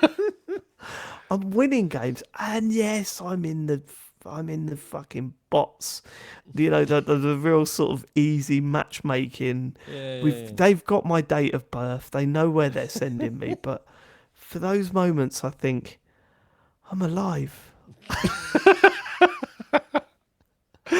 And I'm a real boy. I keep posting clips in the fucking WhatsApp group, and I don't care. You don't play that much. If you were to go, boys, mate, this is really annoying. It's the same shit every time you kill a few people, and that's it. I don't care. I don't want to watch them anymore. No, it's not annoying at all. I'm genuinely pleased for you. I don't know what to say. Genuinely pleased for you. It's true. I don't know what to say to it either. It's just I'm 50 and I've just bought a fucking Porsche.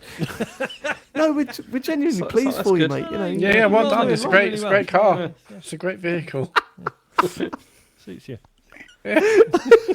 You're really cool in that. I fucking love Call of Duty. What the fuck has happened to me?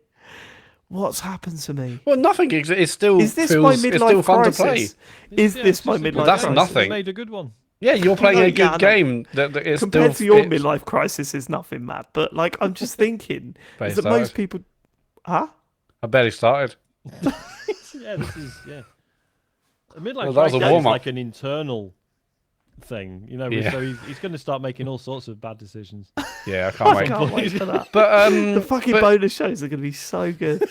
Oh, they're going to be ridiculous on it. But like, you know, you're playing a game which is kind of like built, to feel good. Like the gunplay's always been good in COD, and multiplayer's been great regardless. So you're just playing a great game. I just really love it, and I want to play it forever now. So I think that might be it. Maybe I'll start a Call of Duty podcast with some 18-year-olds. Or YouTube channel. Start a clan. Start a clan. Dave's week in COD. Yeah, Podders. Are there no clans in the game?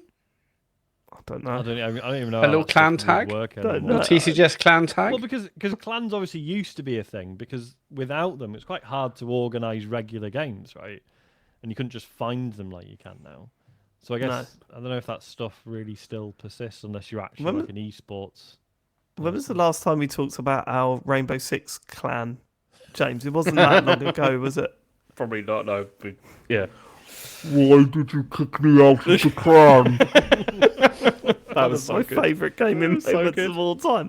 Everyone went quite... Well, you haven't been playing for a little while. But you didn't ask if I could leave the clan. Absolutely. We had to make space. It's like James referenced that on his episode. I find it quite offensive. James referenced that on his episode of Random Access Memories, didn't he? Did I? I listened to that. We're not talking about James's episode now. He's yeah, it's old news, baby. Right, okay. Matt, you're going to be on it soon, aren't you? Spoilers. Yeah, I might do. Yeah. Well, that's not a spoiler. That's all right. I thought he was all under wraps until the episode came out. No. I mean, it hasn't been recorded yet. Who knows? What might not happen? He's going to sue you now. Yeah, that's it now. I can't wait for it. Join the queue. I can't wait for Ian to ask you how you got involved in TCGS, because you're going to have to admit that I am the orchestrator, that I am the conductor. I definitely going to do that. No, you're going to have to. How mate. else do you answer that question? How did you get involved in TCGS? Well, you'll find out on the show. The only other game we got listed down here is Life is Strange Double Exposure. Do you want to do this? I thought we were gonna, but if you don't want to, we should. Okay. When are we going to do this? When are we going to do the spoiler thing? the spoiler cast is launching this Friday. Is that correct, Matt? Yeah, go on. Yep, why not? It's ready to go. So. It's what we spoke. It's what we agreed about. In fact, actually, So it's what we agreed on last week. Yeah. Yeah, we agreed that we would launch it last Friday, and then forgot to mention it on the podcast. Hashtag content strategy. I mean, Matt's not completed it, so I don't want to. But at the same time, it doesn't matter. I'm going to finish it. What's your guys' views on the game now you finished it? Then? It's really shit. Yeah, okay. Thank goodness. I'm not surprised. Thank goodness. Because I was going to say, because it was fucking awful. Oh my god. That final episode is one of the worst things they've ever put out in the series. Absolutely. Yeah. I don't really want to go into why, but it's one of the worst things. And all it did the whole way through was made me think of the final episodes of every other series. Yeah. You know, I wasn't a massive fan of Tell Me Why You Did That, or which was sort of loosely connected. It's not, you wouldn't say it's a Life is Strange game, but with that and True Colours, I wasn't a massive fan of those two series, not to the extent of the other series. But my word, the last episodes of that at least were acceptable. This is fucking dreadful. It's fucking yikes, isn't it? Yeah, I think big fucking yikes. Ooka dooka. I think obviously we're not going to get into details. I just cannot believe how many plot points were not addressed. And if you're listening thinking, oh, well, he must mean minor stuff from like the first couple of... No, the climactic thing in the penultimate episode goes completely unresolved. Cool. There's that. There's also the fact that Max does a big speech at the end and you have no idea what she's talking about. No, she's talking about stuff. Like, if I was in that room, Max, what? Hey, I don't want to do it because we'll do it on the spoiler cast, obviously. Yeah. So, and I don't want to ruin it for Matt. But that whole speech at the end, I was like, I don't even know what she's talking about. I don't know what she's talking about. And then it comes up, Max Caulfield will return, and I just thought, no, she won't. I don't think she will. No, she's not going to return at all. Which is a horrible thing to predict. Because I don't mean like I genuinely wonder if they'll get to make another Life is Strange after this. I mean, it's bad that when I saw that, I was like, I hope not. You know, because I've really loved this series. Like, I've really, so many of these games I really love. But and I actually, aside from the ending, I don't hate the fact that they brought Max back. I thought they did some interesting stuff with it. I mean, even I was like, could have been better. I understand why they thought it was a good idea. Do you know what I mean? The thing that I wrote down on in my notes, and we'll do this on the spoiler cast, was that actually I wish they did an alternative view of season 1. And if they announced that, you'd roll your eyes and go, fucking hell. But that would have been way more interesting than what we got. Like, if they'd have done Max goes back to season 1 and sees it from an alternative view and tries to change events in season 1, you're like, yeah, fucking, I'm in. That is, at least you can do something interesting with that. But also, I remember moments in Life is Strange games when you see Chloe in a wheelchair, or the stuff on the train, or the stuff on the we've spoken about it loads of times, the school play, or the Diaz brothers. Like, Diaz brothers, so good. Yeah, man. Just dealing with the stuff in the petrol station, all of that sort of shit. Like spending time nicking the car park money. Yeah. Well, some of us didn't do that. Talking to the grandparents and stuff. Like, there was so much of it that was so good. And you look at this and go, fuck, that had none of that. What the fuck? The biggest problem with this, though, was really, really poor characterization of everybody in this game. I didn't care about any of these people, really, by the end. I really didn't. I didn't think they were interesting at all. Yeah, there's and a bit it's a shame again because I think a lot of the performances are great. I think people did their best with the script, but it just doesn't make any fucking sense. No, but they don't. No. They don't develop those characters either, because that was one of the things which was so good with the other games. Like particularly with Life is Strange 2. Like you really got you saw a massive development of the Diaz brothers, but also the other people around them as well. Whereas with this, I don't think you did. Matt, no, I won't go into it too much, but you know how Vin and Reggie have got this thing? Well, Vin and Reggie. Abraxas, that thing? No, it just you know Vin and Reggie like super close, and Yeah. they've got this tight relationship. And Come on. do you know that? I mean, they've been hanging out together. Again, they? poor characterization. Again, yeah, exactly. You don't. I don't. Have think, they? Yeah. There's a bit in it where you see them together, and she goes, "Wow, you really can't separate them." And I genuinely thought it was the first time they'd ever spoken throughout the whole series. Yeah. Yeah, they were both in the bar at the same time. Well, remember, no, I shouldn't get into it because it's potential spoilers. No, we should talk it's about it on the mentioned podcast. in episode 4 Is it? briefly. Yeah, Okay. but Yeah, still. but episode 4 was about 2 minutes long. I don't know, man. Look, I love these games. I'm so gutted it's gone the way that it has. And it's one of those where I go, no, this genuinely could have been better. Like, True Colours showed that if you scale down the cast, you scale down the settings. You know, I mean, the amount of times I wrote in my notes, we're back at the bar. Do you know what I mean? It's like, it was like, which is fine if you build, like, you can, with a real tight budget and a real tight cast and a real tight setting, you can do something with it. And True Colours showed that.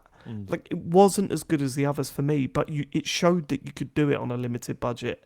This was too much. Like, this was the problem was the writing and the narrative. It was poor. You could improve it by just taking some stuff out. Just like, look, there's this whole event. We're never going to explain it, so just don't do it. Yeah, Just don't include it in the first place. Yeah, it's wild, isn't it? That was the thing. There was all the setup, particularly from episode 1 and 2, and then nothing. Like for any of that. But that was all the criticism, wasn't it? And at one point we thought, hang on, maybe other people got it wrong, but it seems that... Well, we got to episode 3 feeling and it started getting good. high on it. Yes. Yeah. I'm like, man, episode 3 was good. About. And then it fell off the cliff, yeah. I know that the Lost Records one, I'm interested to see that's got to be better, right? We'll the see. Lost Records Well, Rage. that's the original devs, so fingers crossed, yeah. Yeah, Bloom and Rage. It's actually in 2 parts, which is Deck 9 interesting. have proven that they can do a good Life is Strange series. Well, yeah, this isn't up to Deck 9's previous standard. No. Anyway, The Lost Records is in 2 parts. Well, the first one comes out actually 18th of Feb, and the second half is out 18th of Holy March. shit. So Oh, okay. Well, I'm going to buy them. Life is Strange Double Exposure. Our spoiler cast starts Friday. it'll be on the main feed as well. It'll be on the feed you get this podcast. Yeah, sorry, everyone. YouTube and podcasts are available. Yeah. So that is what, Friday the 7th. Friday the 7th of February. Yeah. Because when we started doing those, I was like, this is just for people who've played the game, fans of the series, etc. But now part of me is like, it might be funny to listen to just to hear the roller coaster that we went through with it. Yeah. How we really clung on to some sort of hope. Yeah. There hasn't really been any like big choices either. Like, oh my god, what did you do for that? It's just like, Well, I said on the last spoiler cast, there was every choice for me was like, yep, that one.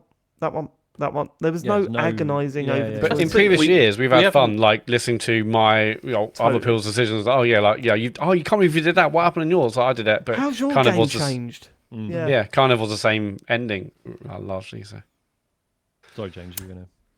No, it's just it can say exactly the same things Matt did. Cool. So, yeah. Right. That's it. Questions. If you want to send, go on. Can I go to the bathroom, please? You can. that was not the question we wanted. No, What, you go. why can't I do that? What's Let wrong me with that, know. You David? can. Of course you can. You can pee. You can pee. Why are you a big old upset about it? You can pee. Big old upset. There can't be an episode title now because we're in a break. When you go for a big old wee. Yeah. Back in a minute. Well, Joe won't be Pasquale.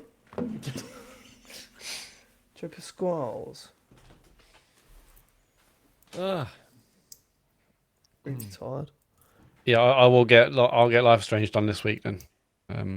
Yeah, it's not long. It's really bad, that. Like, I know, obviously, everything we've just said might have put you off, But well, no, I mean, I was but hardly still, high on you it should, anyway. Like, you know, you should witness it just to be like, oh, I'm going to get it done. Yeah. I said to Sean, I don't even know what they were trying to achieve with it. no. Shame. Real shame. Yeah, if that Lost Records is an absolute banger, though, that'd be awesome. Yeah, but I don't think it will be. What about that? But based on what? Based on the fact that I can't remember the last time I liked anything that they did. Life is Strange Season 2, was it? Yeah, that'd be A long time ago. they did tell me why, obviously.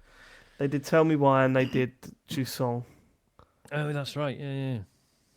I mean, Jusong's a very different kettle of fish, obviously, but it is. But it was Different also beast. really poor and felt like it missed the point.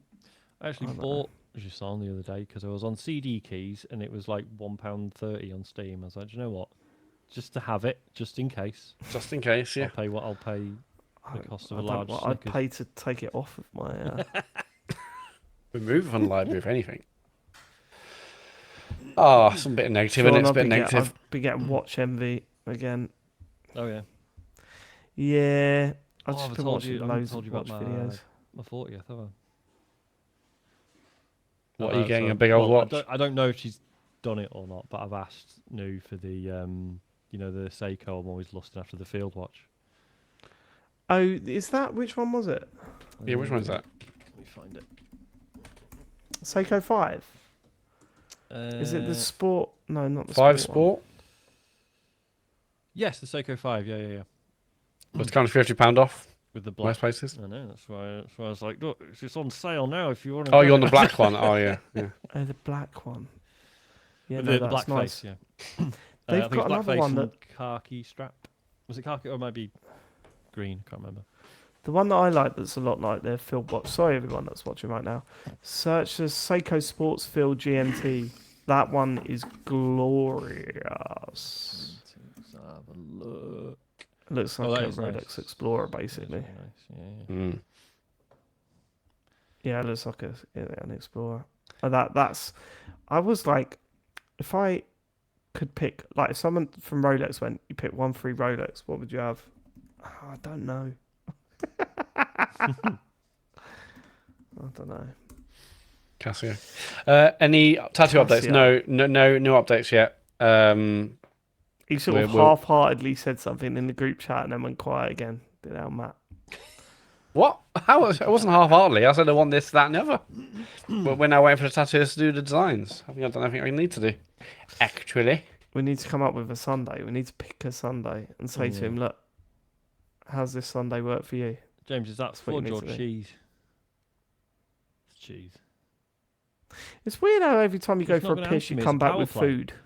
Yeah. Is it peas you're going for, or is it cheese you're going for? A bit of Which both. one is it? Peas and cheese. Mm. Pissy cheese. Okay, ready? Let's go. Just quickly, sorry, this won't go in the show, obviously, but yeah, just Shields just mentioned in the chat, Banishers was last year. That was meant to be good. That was another Don't Nod game. Oh, was it really? But yeah, it's sold. Fuck all. So I don't know what that studio is running on at this point, 'cause they've not had a... Yeah, I Game know. six. That's what a makes me long time. worried about this game. Banishers. Ghosts of New Eden or something. Yeah, I'll have a look at a trailer. Right, you ready? Let's go. Oh, that's right. I have seen this trailer. I I think nearly bought this the other day. Yeah. Yeah, it didn't do too well, did it? Review Right, okay. right then. And that's what we've been playing. Should we get a questions? Get to questions. Get a question. If you want Yeah, to don't worry, you can. Get to questions. if you want to send the questions, go to tcgs.co/TCGS. He doesn't like it, does he? Doesn't like it, Sean, when we get him on it. When Maria we Mendes. get him on it. Shut up, Matt. Get a question, you idiot. Maria Mendieta says, Dear TCGS combined skiers, enjoyed your talk about the adrenaline a skiing game produced as you digitally raced downhill. Immediately after the episode, I purchased the game to feel something, brackets anything, and was not disappointed. Apart from thanking you for the recommendation, I wanted to know what game would you play to get yourself hyped moments before engaging in a competitive sport or before getting a Wookiee tattoo. keep up the stellar work. Sincerely, Maria. Game would you play to get so hyped? Easy for me. Easy. Yeah. It would be Call of Duty Black Ops. No, it would probably be Rocket League. Like Rocket League is the one that you cannot play that without sitting on the edge of your seat. You're constantly involved. Your heart's pounding. Rocket League is the one, man. Is Easy. it cheating to say Wii Sports Boxing? I'd love to see you go, Yes. right, I need to get myself pumped up, then like plugging in the nunchuck into the Joy-Con, and then sort of do-do-dum, do-dum, and then the light sort of holding up and going, that one, and pressing it, and then, do-do-do-do-do-do. Yeah, but I'll go a couple of rounds and be like, right, that's it. I can do it in real life now. I can actually box. Surely hasn't VR like taken over? Don't you play that VR boxing game? Oh, that's true. No, I've never played a VR boxing game. Yeah, Blade and Sorcery's got to be the one, right? Adrenaline from committing horrible war crimes. There's a TikTok channel that I really like that plays that VR boxing game, and it does Creed? is it shows. No, it's not Creed. I can't remember what it's called. I'll have to find out for you. Yeah, something like that. And all it does, it shows like there's like a little period before the bell rings and you start the fight, and all it does is show the person sort of like doing that and getting ready and like moving their arms about, and then it cuts to them on the floor. Like it gets me every time. It's so funny. Sequel to that's out now. Thrill of the Fight What, 2. Creed? I think. Yeah. No. What's it called? Thrill of the Fight. I think it is that one. Yeah, let me have a look. Okay. There's also like a VR like Wii Sports game. Oh yeah, saw it's that. out. Yeah. James? Anyway, James? I mean, yeah, if I was to choose something, maybe Street Fighter, actually. Like, especially playing that online, because that gets really intense, and I think that would get me worked up. Because, yeah, but you only played that single player. What are you talking about? I played it online quite a few times. Okay. Played you online quite a few times. And was it you and Matt I played? I can't remember. Or was it you and Sean? I think so. Oh, didn't we all play it? Yeah, we did together? it. Didn't we do it on? Yeah, we did a stream once, didn't we? Yeah. And James absolutely flattened us. Yeah. That was Oh yeah, that's right. Yeah. Yeah, because he spent so much time playing the single player. Yeah. We were still trying to work out the buttons. I would play Rock Band. Okay. Rock Band would get me hyped up. The book. That's fair. Amazon says, how many books does James need to sell in order to get a new MacBook? Paperback or hardback? Does that affect how much money you get? No. Okay, cool. I mean, it would have to be like, if I'm thinking off the royalties, I've no idea. It would take years, in probably like decades, for that to happen, because the amount of money you get is so tiny. So, yeah. Propaganda in China from our era and its legacies. Edited by James Farley. Oh wait, hold on. I didn't want to play that bit. That was the bit I specifically. Oh no, hang on, wait a minute. Which one? This volume draw on a range of historical, cultural studies, propaganda studies, and comparative politics It approaches. is the one, isn't it? I know it's the one. Captures the sweep it's of one of them, propaganda, its appearance in everyday life, as well as during extraordinary moments of mobilization and demobilization, He's not amused. and its systemic continuities and discontinuities from the perspective. What's of wild policymakers. is that this is his radio hero reading out words that he's written in a very different context. Makers, bureaucratic functionaries, and artists. Do you know the one thing that Ian said is please get some of the Chinese pronunciations in it because I genuinely tried to learn them. Ambitions of creating a globally influential state. At the level of interactions between the Communist Party and ordinary people, however, the impact of these Maoist experiments varied. Some people may have responded positively to state-defined ideals. Do you even remember that? Like, do you remember that word for word? Of course I remember that. I spent ages looking at all that stuff. It's massive, though, isn't it, the book? Surely it's just you don't even remember most of it afterwards. No. When you spend 4 years like doing something like that, it gets imprinted into your brain. On and off. So off. this sounds like a great stream where you do it from memory basically, and every time you fuck up, you have to have a shot. Have a bit at the end of the book. How far can you get? Yeah, but again, who's paying for that book to do that? Well, he's got one at home, surely. I've got quite a lot of copies of it, actually. He can read it himself. Have you not sent me a copy? Why on earth would I do that? It's signed copy of the book, doorstep? please. All right, next time I'm over, I'll bring you a copy. So we can finish the audio. I didn't realise I've put some feedback in the questions bit, but it also relates to James's book. This comes from Massive Bag of Monkey Piss. It says, having read Dr. Farley's tome, I have to agree with last week's missive from Gandalf Ballbag. Maybe if the good doctor added some wizards or a couple of dragons, his prose would instill a greater readership. Add a bit of shagging too. Nerds love that, especially if one of them is a goblin or a vampire or a Frankenstein or something. I mean, again, this is all good feedback. Yeah. Maybe for the sequel. To the next one. Yeah. It's gonna be a very different vibe, isn't it? After the show, remind me of the remind me of that stuff, because I need to tell you something that I heard today that's really funny. Okay. MD Krabuffs says, what doesn't bother you but has really wound up other people? Oh, good question. What doesn't bother you that's round I feel up? like everything winds me up. Yeah, same here. I mean, Sean, you were only saying the other day, like Donald Trump was that for you? That's true. Yeah, I don't see what the what's the you love him. deal that he's got. No, I don't know. That's a really good question. This is definitely changing, but I feel like a lot more. There's a lot that doesn't bother me that winds other people up, but I think it's probably gradually starting to change as I get older. But... Like real high temperature. That is really mine. Don't bother you? Yeah, no, not at all. Like, I get hot or whatever, but I'm like, I've said it before. Like, I'm quite happy to wake up in a wet bed from sweating. I like being as hot as possible. I love it. So I'm total opposite. I have no problem with it being absolutely freezing cold. Mate, I can't stand freezing cold. I can't stand it. I hate it, and it's the worst at the moment because I am like, football season's back, so I am on last Sunday I was in a park at 9 o'clock in the morning on a Sunday watching Charlie try and play football, and I was like, fuck this, it is so cold. You're gonna have to get one of the things that Gary Everyone Co has. Yeah, just get like electric. He's 6. Like, you got. I mean, it is funny. It's entertaining because they just start running off onto other pitches and playing, and they're like, "No, come back! You're not allowed to play over there."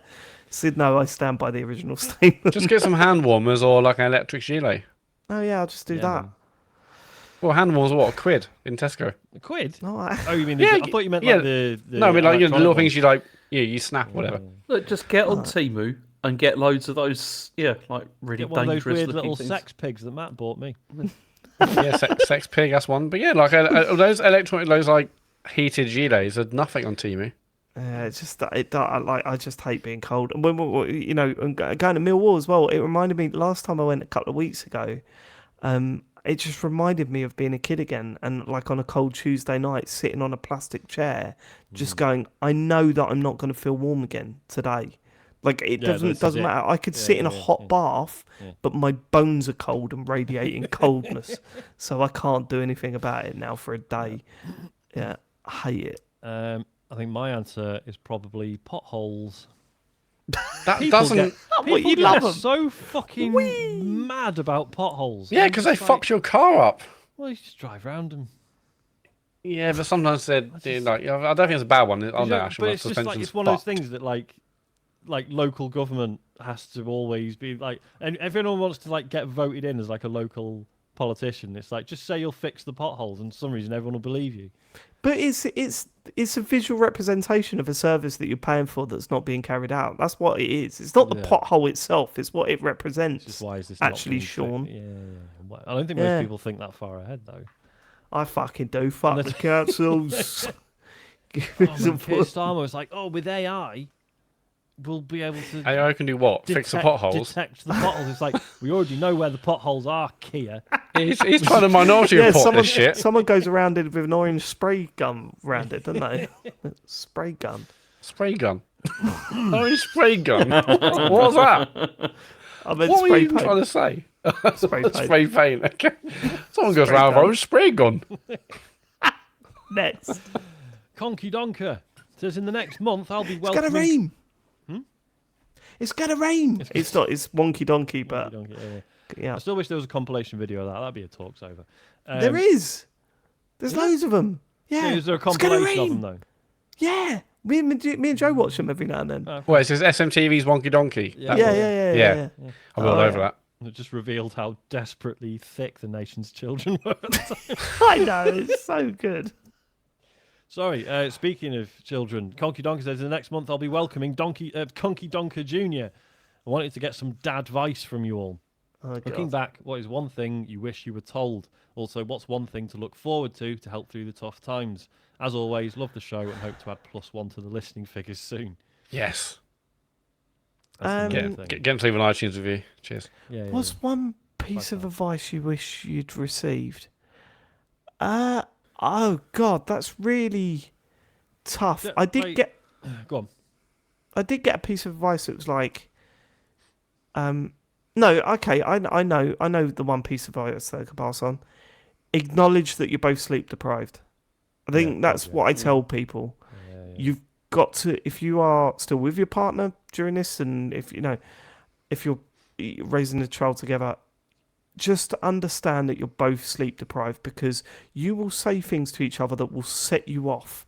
And if you just take a moment and go, neither of us are happy about this situation, neither of us have had enough sleep, then you start to understand it a little bit more, and it stops you going over the edge, because it is easy to go over the edge. And because you might listen to this and think, well, I've been tired before, a bit moody. But, What's the big no, you'll be tired to the point of not only misinterpreting things, but borderline hallucinating, crying, and just Sometimes I've just cried because I was so tired. Yeah.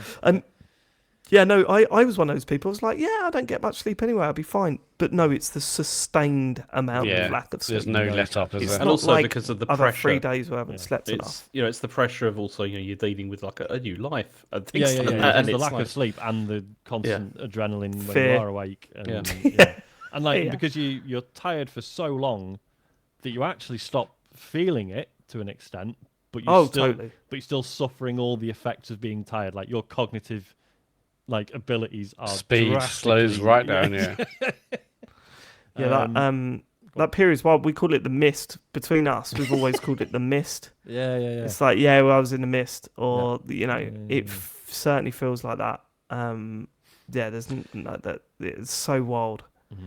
But in terms of things to look forward to, that's the direction we should have taken. James, but no, it gets really good. As they get older, it's also it's really good when they're a baby as well. Like there's moments where I think back when they were babies and I miss that. And I didn't enjoy that at all. No, I definitely miss a bit of that.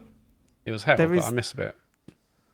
Yeah, there is that little bit of sitting. I think about sitting in the warm flat. And I would fall asleep with the baby on my chest. And I'm like, that's nice. I do miss that. Yeah, we were not sitting in a warm flat, so that's probably why. It was horrible. Check your privilege. Where were you sitting? Well, we lived in Shanghai. It was awful, the place we were living in. There was you've seen it. There was massive holes in the windows and stuff. It was freezing and horrible. That's a bad window, isn't it? That is a bad window. Yeah, the thing I'll take mostly is that you see so many parents who it looks like they've got it all together. You might go to kind of NTA. Is that what it's called? NTA classes? No, I know what you mean. What are they called? NTA is probably National Television Awards, but anyway, you go to the parent classes, you feel like, God, all the other parents that they've got it, they know what they're doing, and they're not stressed, they're not upset, but just know that that's not the case. And my favourite story with that, and I tell people this a lot, was when we went to Sean's baby shower thing at yours, Matt. Sean looked at a photo of I remember this. You, Jill, and Elodie, and Iggle Piggle or something. Yeah. And you just went, "That's what I want."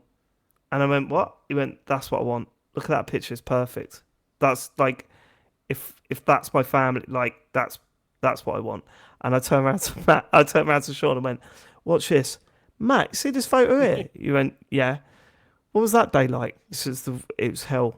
It was awful. She cried the whole way round. It was pretty stressful. And I was just like, that's the picture, right? That's the Instagram. this is the reality. Yeah.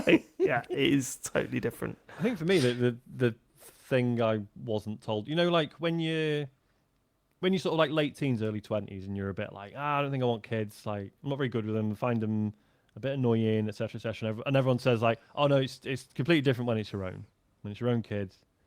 And it's like, yeah, a lot of it, but actually some of those things you will still struggle with and find annoying, and it's just on you to work through that because it's not the kids' fault. Like if they're just being really difficult or, Yep. But yeah, one thing we found like difficult, because the first 2 years were hell basically, but it does get better and it is amazing. But it's obviously there's a lot to get through. But we were like, you get home and you're just expected to like instantly fall in love with this thing, but we'd gone through so much stress for like years to even have LED.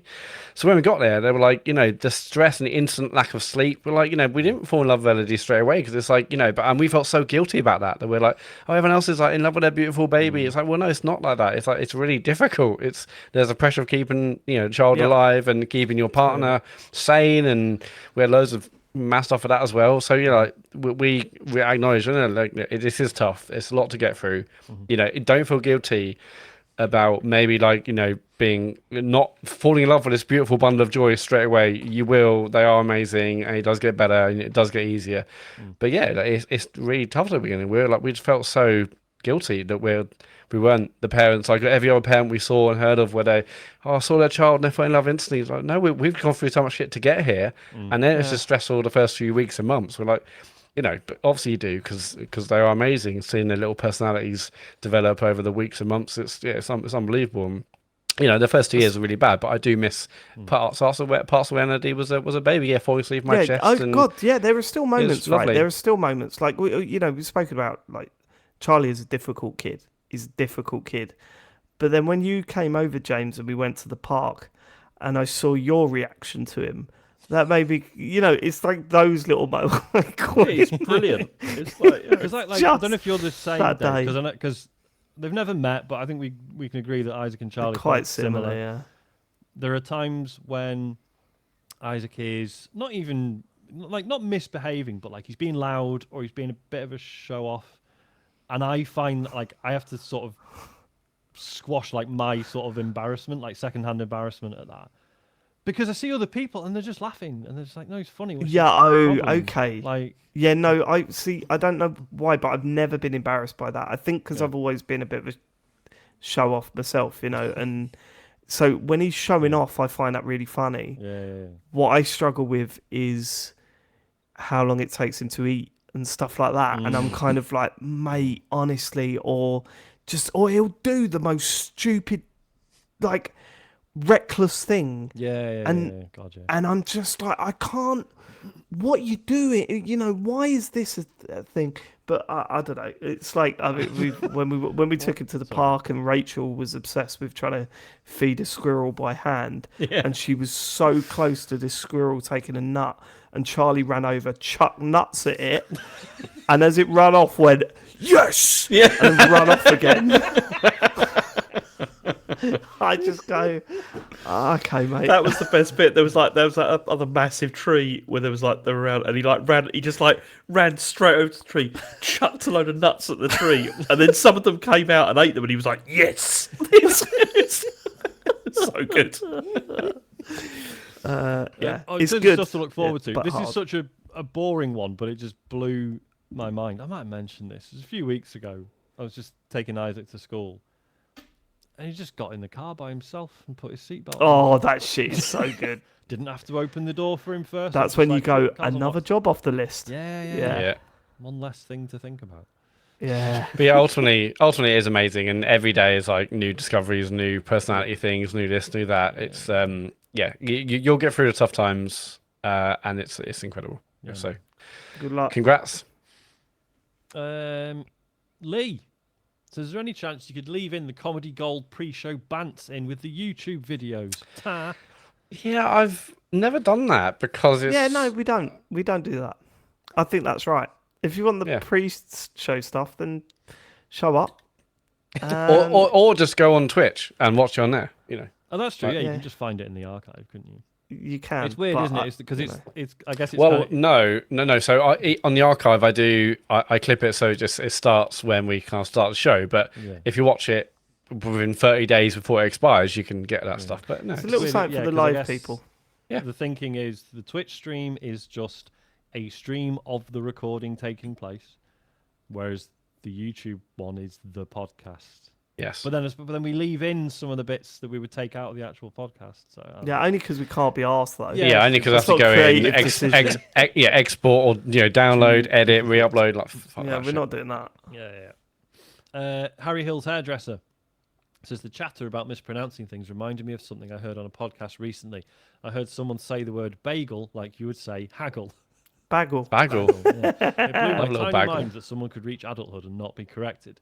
Another example is I hear a lot of Americans saying the word folks with the ol portion sounded out like you would in the word bolts. Wild. Folks. So folks. I don't think there's anything wrong with mispronouncing things, as I've been guilty of it myself many times, and often people are mispronouncing something because they've only seen it written down and not said out loud. Yeah. But these two stood out to me as particularly egregious considering how common their use is. What's the strangest mispronunciation you've heard? Ocarina of Time was one. That's a big one. One of my favourites was, and I don't know if you still listen, Uzi. I love you. But Uzi from Gamer Dork once went, yeah, he was playing the bass. He was playing the what? He was playing the bass guitar. And I was like, wow, how has that happened? That's my examples. I was listening to a podcast where someone referred to GeoCities as Geocities. Oh, wow. That was incredible. That's a good one. Like, sorry, can we stop the discussion? What the fuck was that? Geocities. I love Geocities. That's true. GeoCities still exist? No, but you can go in Wayback Machine and see them. However, NeoCities does. Oh. I'm thinking that could be our new website, Matt. Have you seen it? Yes, please. It's where you can just build a GeoCities style webpage. I've heard someone say epitome before. Oh, yeah. Instead of epitome. Yeah, epitome and I just want to say bitrate once instead of bitrate. Bitrate. But okay. But then on the flip side, I refuse to say. I can't say GIF. I won't. I refuse to say GIF. Yeah, everyone says GIF. Yeah, I can't do it. Yeah, can't do it. Sorry, Matt. But then a lot of this is kind of Americanized versions of words, and so you see a lot, like it confuses me every time when I hear they say like their health regimen or something. I'm like, really? you mean regime? Yeah, I hear that loads. Regimen. Like, do you mean the same word, or am I thinking of something different? And there's like router and router and all that kind of thing. Niche and niche. Says Sean the Bode. That is one of the another one that I don't know. I just don't. Like hyperbole. How you get hyperbole. People say hyperbole. No, they don't. They say hyperbole. Yeah, loads of people say that. It's it's a thing. Herbs, ginger, herbs. This is just American things. American things. Okay, move on. I like American things. I've just remembered a podcast I was listening to, and they had an advert, and it was like American English, where they kept on saying basil instead of basil. And it was really, but they just kept saying it over and over again. And I actually shouted, "Stop saying basil!" like this because it was really winding me up. We have a lot of people in our office that say data instead of data. Well, that's technically correct. Yeah, I know, but it fucking does my nut, Sean. Data. Yeah, well, we're still analysing the data. No, you're not. You're what, mate? Yeah, it's the data. Thank you. I can hardly talk, can I? Fuck me. My accent sometimes. I'm shit at this stuff anyway. Yeah, but an accent is one thing. You're allowed but to have when an it's my accent, it's pretty. Last one from Mimi LeBonc. It says, apropos of nothing, what are your favourite pieces of media about fighting Nazis or destroying an obvious Nazi stand-in? Bonk. Good question. Saboteur, mate. They were literally when I streamed that, and there were bits where I knew I had a mission to do, but I just accidentally annoyed a Nazi, and I was like, I've got to shoot him now. Oh, my threat, my alert meter's gone up. Oh, there's more Nazis now. I guess I'll just spend the next half hour shooting Nazis then, and just keep getting distracted because it was just so much fun shooting the fuck out of Nazis. Good game. Does this count Red Dead Redemption 2? where you come across the clan. Yeah, that bit is brilliant because you can just stumble across them and sit and watch them essentially all die, without you getting involved, or you can get involved and do the same thing. That's pretty good. But then Wolfenstein 2. Yeah, I was going to say Wolfenstein. That's the obvious choice, isn't it? Because that was it's a good one. Yeah, it is very fucking good. Yeah, Wolfenstein over Indiana Jones. Although that was good, but wasn't enough brutality. I don't think. No, it's the odd donk on the back of the head. Yeah, no. That's it. Put a donk on it. All right. Socials, Matt. Yes, we stream this podcast live on Twitch every week. Twitch.tv/TCGSco. That's also where you can find James's streams. James, you streamed Bloodborne on Friday, didn't you? I did, yeah. And I'll be back this Friday. Bloodborne boss. Yeah. That's our Bloodborne boss. Yeah, James's stream of Bloodborne is on our YouTube. Just search TCGS on YouTube, and then you can watch that there. Back on Twitch, though, we've got Amazon account and a Twitch account. Connect them, and you get something called Twitch Prime Gaming, and give us your free monthly sub because we really appreciate those that do. We're on Blue Sky. Just search TCGS on Blue Sky, or actually just go to tcgs.co for links to our Blue Sky, our Patreon, our social medias, our podcast. It's all on there. Thank you so much for living it. We will be back next week with some more video game chit chat, and we hope you have a decent week. We love you all. Goodbye, everybody. Goodbye. Goodbye. Goodbye.